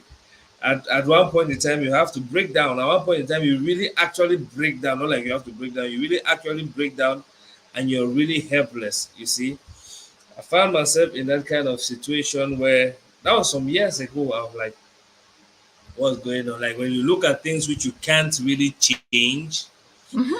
things that have already happened, things are going on that you don't really like. I remember there was one time when I traveled, I just closed the door of where I was lodging.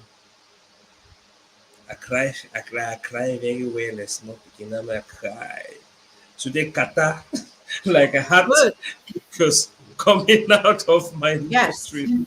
Yes, I cried really well, and the sincere truth is, after that crying experience, I felt better. Regardless of the Wow. fact that your male or your leader or boss, whatever, sometimes some of those titles don't really help when you're actually faced with a very complex or delicate situation. So, Mhm. like, I was trying to like crying is a therapy. And I look Yes. at there are many things which, if you do them practically, you will see that it's going to really help, and they really do help when you're going through a mental health illness or a situation that is causing this mental health illness. Now, let me take this one coming from Kira. Kira says, Coach Bonita, I have one question for you. Does it mean those that cannot heal from depression for long above 10 years are battling with mental health? Nobody heals from mental health. That's a fact. Wow. What happens is you find a rhythm, you find something that works for you, and you keep doing it, and you condition your mind until the point where your mind gets used to that new rhythm. And then that's where you can say, hey, I am battling with mental health. This is what I'm doing to help myself. Until one day you would probably not be feeling, if it was a traumatic event, you probably not be thinking about it again. But there's no, like, I cannot say you completely, like, you go to the hospital and you were tested with malaria. And by the time you leave, you were tested and there were no traces of malaria. I cannot say that about mental health. It's like Yeah. when we were having COVID, sometimes some people will heal from COVID and their hearing will still have a problem. So it's Yeah. something that would definitely leave a scar, but you find a rhythm. Remember, I said earlier that you would find something that is convenient for you to do to manage your Yeah. mental health because it's you thinking. It's your ability to process things that is making you mentally ill. And so if you decide to start conditioning your mind to start thinking of things differently, and you start feeding your mind with the things that you want it to think, like self Yeah. affirmation, you can wake up in the morning. If you have been struggling with bullying, or you've been told that you're not pretty enough, and then you wake up every morning, you look at yourself in the mirror and you say, I am a queen, I am beautiful, I am this. Positive affirmations. What you're doing is you're conditioning your mind to see you as a queen. And before you know it, you have the demeanor of a queen. That's Yeah. that's Wow. that's how you heal from mental illness. Wow. This is one interesting point. Nobody heals from mental illness. I think that's what Right. we should seriously highlight. Yeah.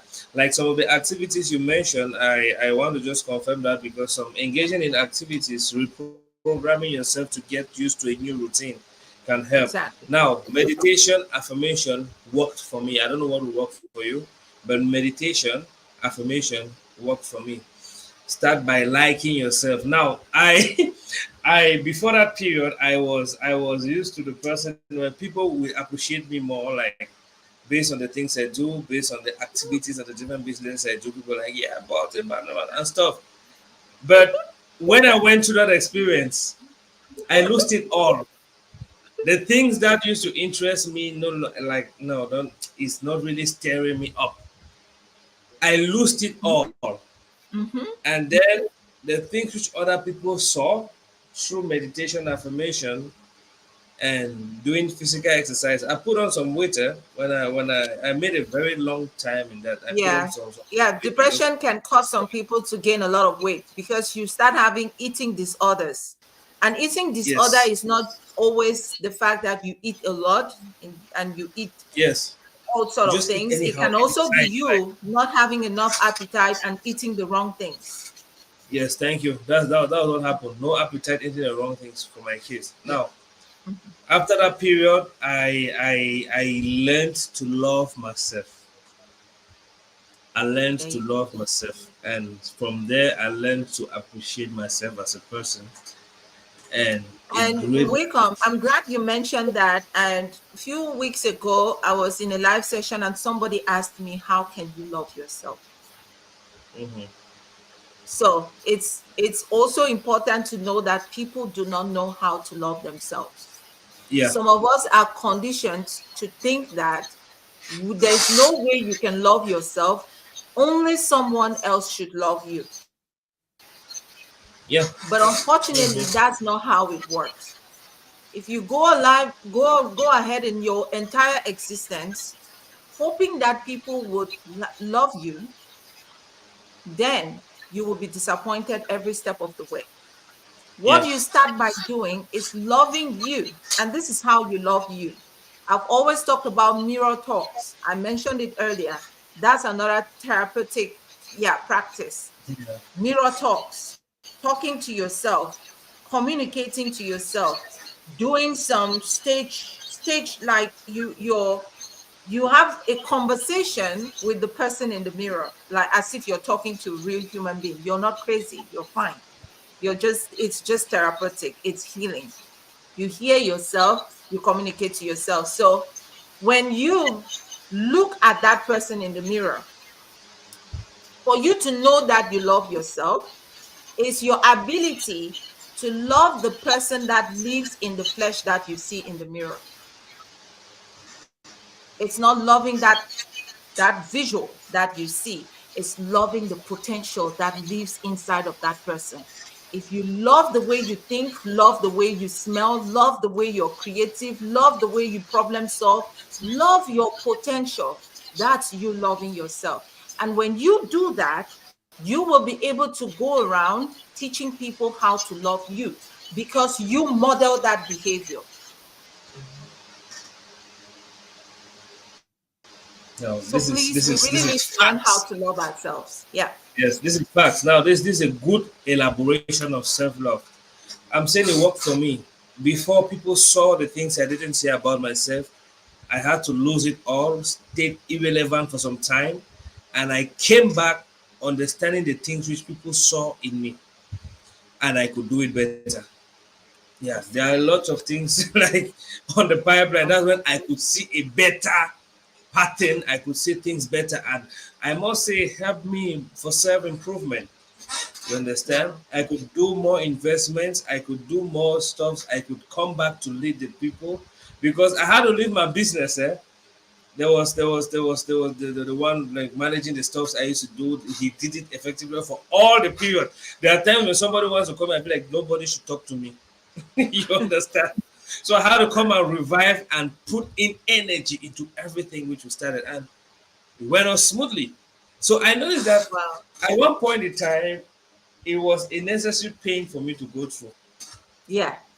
Yeah. because it sharpened. I had before then I had visions, dreams, and stuff, and sometimes I would say I was principally caught up in the midst of the dreams without really picturing them that well. It's different when people tell you things about you, and it's different when you see the things yourself. Exactly. Most Exactly. people that are at the forefront of the spotlight, most leaders or star celebrities, people that are public figures and stuff like that, people that live even as small as the community is, most of them go through some of these things. A lot of them have Yes. dreams, visions, and stuffs, but they are counting from on the love that they get from their people without the love that they get They themselves. can give Sometimes themselves. I used to think like, even if nobody loves you, love yourself because you're somebody and you contaminate Of them to love course. you. Yes. You see? And Yes. doing that, I understood a lot. I was like, but it wasn't automatic. This is yet to this was no, It's it not wasn't automatic. automatic. It takes It was some a pain. yes. You talk of talking to strangers. I made new friends, people that I don't even know, and this helped me to learn how to judge people. Mm. You see, I made new friends from people that I did not know. We would just meet in a casual place, discuss, male and female, just discuss, and after everybody goes back to their activities, you Mhm. see, after the routine, I learned new things too. Yeah, and it was a whole process for the healing, but it Right. wasn't automatic. Some Yes. people's own is going to take a longer period, some others are going to take a shorter period. But the truth Exactly. is, when you go through the process, if you speak with the right people, especially if you contact a therapist, it is Mhm. very important. You will come back healthy and strong. Because a lot of Yes. people try to self heal. You can self heal and stumble like that and still stumble and get a right solution. But be Voila. rest assured, most of the people that self heal, they have Are the they ones that take that trauma yes, across. they have a damaged version of themselves. Yes. Most of the time, they have a damaged version. A damaged version is a person that allows the trauma. You just go through the stage like you can resume your other activities, but with a different kind of mentality, bitterness, Yes. approach, and you become a Exactly. toxic kind of person. You see, Exactly. so Yes. that's why speaking with a therapist is most important. Talking with a Yes. professional. Somebody takes time for it. For example, if you need to go, if you are sick, you have an illness, for you to understand what you're going through, you need to go to a doctor. If you Mhm. want to learn accounting, you need to go through an institution with professionals that have been trained to do that. If you have to learn how to drive, you need to go to a driving school. If you're suffering from a mental health, you need to talk to a therapist, talk to a professional. And now it is good enough that we have somebody like Coach Bonita that came up with Elaniel Services that is out to empower people. Now, Coach B, we have been speaking for about close to 2 hours. I want to find out something from you. There are lots of people, it's true we can't say everything in these 2 hours, and there are a lot of particular situations that a lot of these people want to get to you on a personal basis. They really like to pour out their mind. You know, on Facebook, if somebody comments, I'll read the comment and call their name. Some people Mhm. are that private that they wouldn't like their personal life, they wouldn't like to be projected out there. Now, if somebody is going through a mental health situation, how can they reach out to you? How can they have a session to you, and what does it take? Awesome. That's a good one. And Yeah. I'm here. And I want to think that the reason why I put Elanio Inspired Services together was, first of all, to continue healing. Like I said earlier, you never snap out of mental health. You just find something that keeps healing you. And so you heal yourself and continually. For me, what works for me is when I heal someone, I get healed twice. So each Wow. time I put a smile on someone's face, that's the best thing that ever happens to me. I go to bed and I sleep so well. Some of Wow. the things that happened to me with my depression, where I couldn't go to sleep, I couldn't stay asleep. I did take sleep pills for so long that none of them works anymore. At some point, I never used to drink alcohol. Sometimes, and then I started drinking some wine just to get some sleep. So there are other things that people can do, but I'm not saying that people should go alcohol dependent just to manage their stress. I'm not saying that people should go ahead and start taking antidepressants or sleeping pills without talking to a therapist. Mine was prescribed by a therapist. So please be Yes. mindful what you take. So to reach out to me, I'm on Facebook. My page is not really that grown yet. Again, it takes a while to grow these pages. Yeah. Elania was launched last year, April 6th, May 6th. And so we've gone operational for about a year or two now. So Elanio Inspired Services on Facebook. You would be able to reach out to me. We have some contact information there. You can also reach out to me through the website. And the website is www.elanis.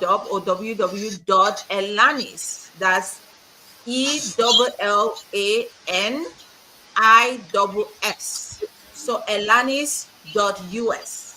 So on that website, you see all the services that we provide. We provide life coaching, relationship coaching, career coaching, accountability coaching, education, and training.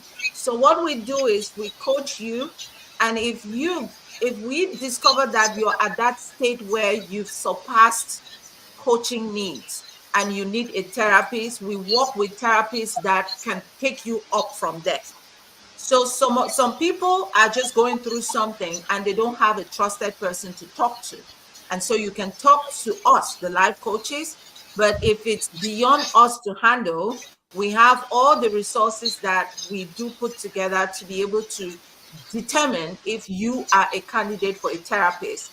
And then we push you through to a therapist of your choice. So we provide different profiles, and then you choose if you want to go with a female therapist or a male therapist. And then some of the cost is very subsidized because these are mostly mental health experts from Africa, from Cameroon. So we're empowering them because, again, most people are not doing it. People are not going to mental health clinics, but these experts have gone through school, they have the skills, and we need them to start working with you so that you can heal and live your full potential. So you can reach us on that website, and that website will be having a chatbot. I'm sorry. Yeah. I just wanted to give out the website again, so we expand it. So www right. dot okay www.elanis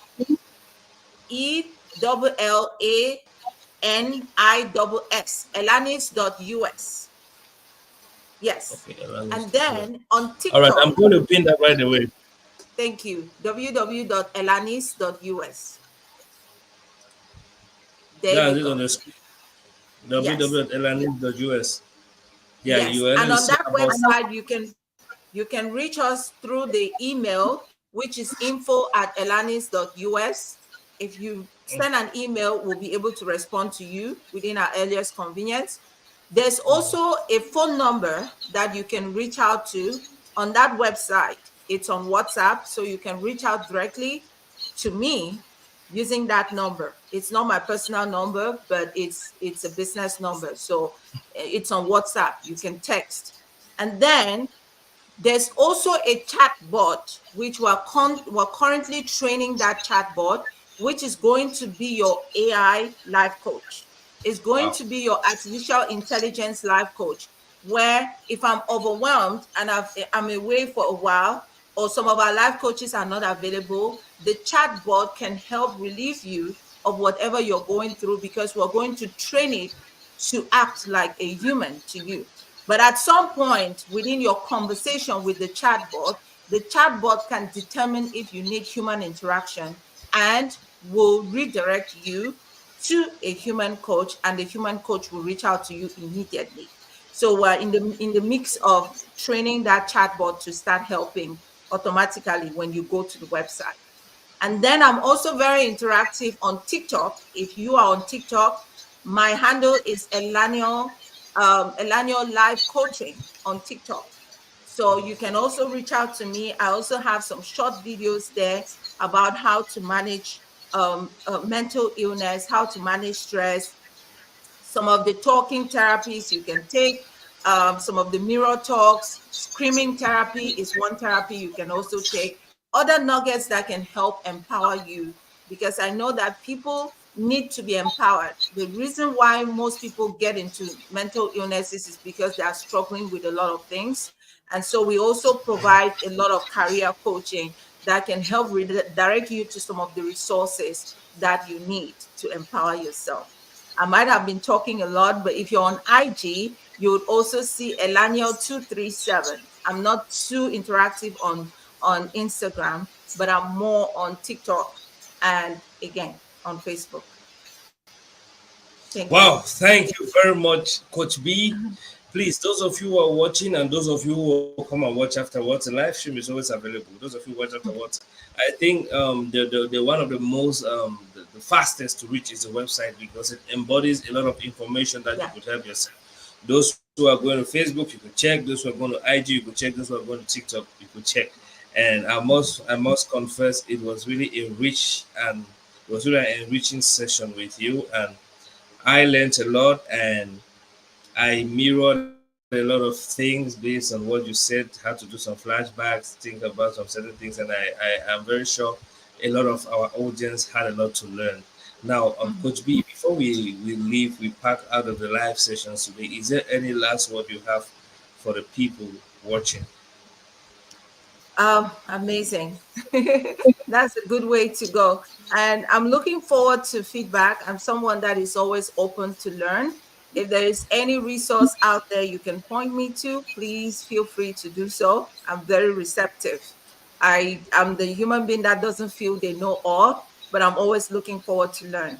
But today, one thing I would like you to take home is you can be a lifesaver if you would only close your mouth. If you can build the kind of trust that everyone around you needs, and then you will be a fixer and not a spoiler. We all have potentials. We should love ourselves first so that we teach the society in which we find ourselves not to pressure us because we know what is good for us better than anyone else. So sometimes you might get to a point where you're looking forward to people to guide you, but guidance is two-way. I was reading something about ageism the other day, and I realized that even people that are older have a lot to learn from people that are younger. So it's vice versa. So always be open to learn something, even from a 5-year old. And Albert Einstein will always say this: if you do not understand something enough to be able to train a 6-year old to understand, then you haven't understood it yourself. There are so many of us that have gone or that are older, and we feel like because we're older, we have wisdom, but there are some 6-year olds that we can learn from. Start by being a therapist to the closest person to you. The reason why we did this event today is to create awareness and also to remind you that instead of calling somebody crazy, why not reach out to that person or reach out to the family and say, the symptoms I see this person exhibiting remind me of a conversation I have with Wilcom, and they were saying something about personality disorder. They were saying something about psychosis and all of that. Why don't you see a therapist? Why don't you go to maybe Bingo? I remember when my family member had psychosis, she was treated in Bingo. The one, yes, in Bingo. So the hospitals next to you can give you all the help you need. You just need to go there and ask for it. And we're also here to support if you needed any help. Wow, thanks very much, Coach Bonita. I mean, this final word was the crown of I it appreciate you all. for bringing me on. I don't know if I've even said this, but it's a privilege for me to share my thoughts here. And again, like I said earlier, I'm looking forward to feedback. I'm always looking forward to learn something new. It was really a privilege. I really want to appreciate you, and most especially my sister Mama Sita, who mentioned me when this topic came up. Yeah. Yes, thank All you. right, people, we have finally come to the end of today's edition. Like we said, we're going to talk about mental health, and today was quite enriching. See, if there's anything you missed out in the course of the conversation, or those of you came in late, go back and watch. It's a 2 hours chat. Some of you watch 2 hours movies. Take 2 hours to watch this very enriching session and contact the right persons. Coach Bonita is always there. You can contact, you can go to the website, you can reach out to me. We'll get ways to which you get to them, and everything is just going to be on point. She said the final words properly, so I have no final words to say because it was a good crown of it. Yeah, Coach Bonita. I'm sorry, just one thing I almost forgot. So, Elanio is planning an outreach program in Cameroon in October, and we're going to be doing different activities. And at that point, I'll reach out to you so that you can also publicize it on your platform. We'll be doing enriching innovation, creative innovation activities that will win prizes for people to invest in them. We're also going to be doing a weight loss challenge to postpartum women who have accumulated a lot of weight. We're going to also be helping children with terminal illnesses in the hospitals with their parents. And then women that are grieving from the loss of kids, we're also going to be working with those women. And there was someone who was asking questions about men and mental health. Yes, we'll also be doing some chat room exercises with some men who are willing to have conversations related to mental health. And all those activities will definitely have prizes and reinforcement. Wow. This is sincerely very deep. I would say it is golden. Now, those of you who haven't subscribed yet, if you look at it, just go to Elania Inspired Services on Facebook, click on the like button. Lots and lots of amazing packages and stuffs coming up for us all. And at the right time, we'll communicate each and every one of them to its fullness. Let's take these last comments before we pack our bags out of the studio. It says, yes, so this is Pretty Mamacita. She's been there. Shout out to Pretty Mamacita. Glad you've been there from start to end. It says, Nisi says, oh, she's just like the Holy Ghost. Yeah. Say that, you can say that again. Nisi Chabuko says, thank you very much, Coach B. He says, yes, that's awesome. And at this point in time, all I have to say is do have a wonderful night, do have a wonderful day, or do have a wonderful morning from wherever you're watching. Wonderful evening. Yeah, wonderful evening. Yeah, see you again next week, Sunday, same time. Don't forget to talk to a specialist whenever you have a challenge. Au revoir. Exactly. Good night, Coach Bonito. Bonne nuit. Bye-bye. Bonne nuit. Au revoir. Whew.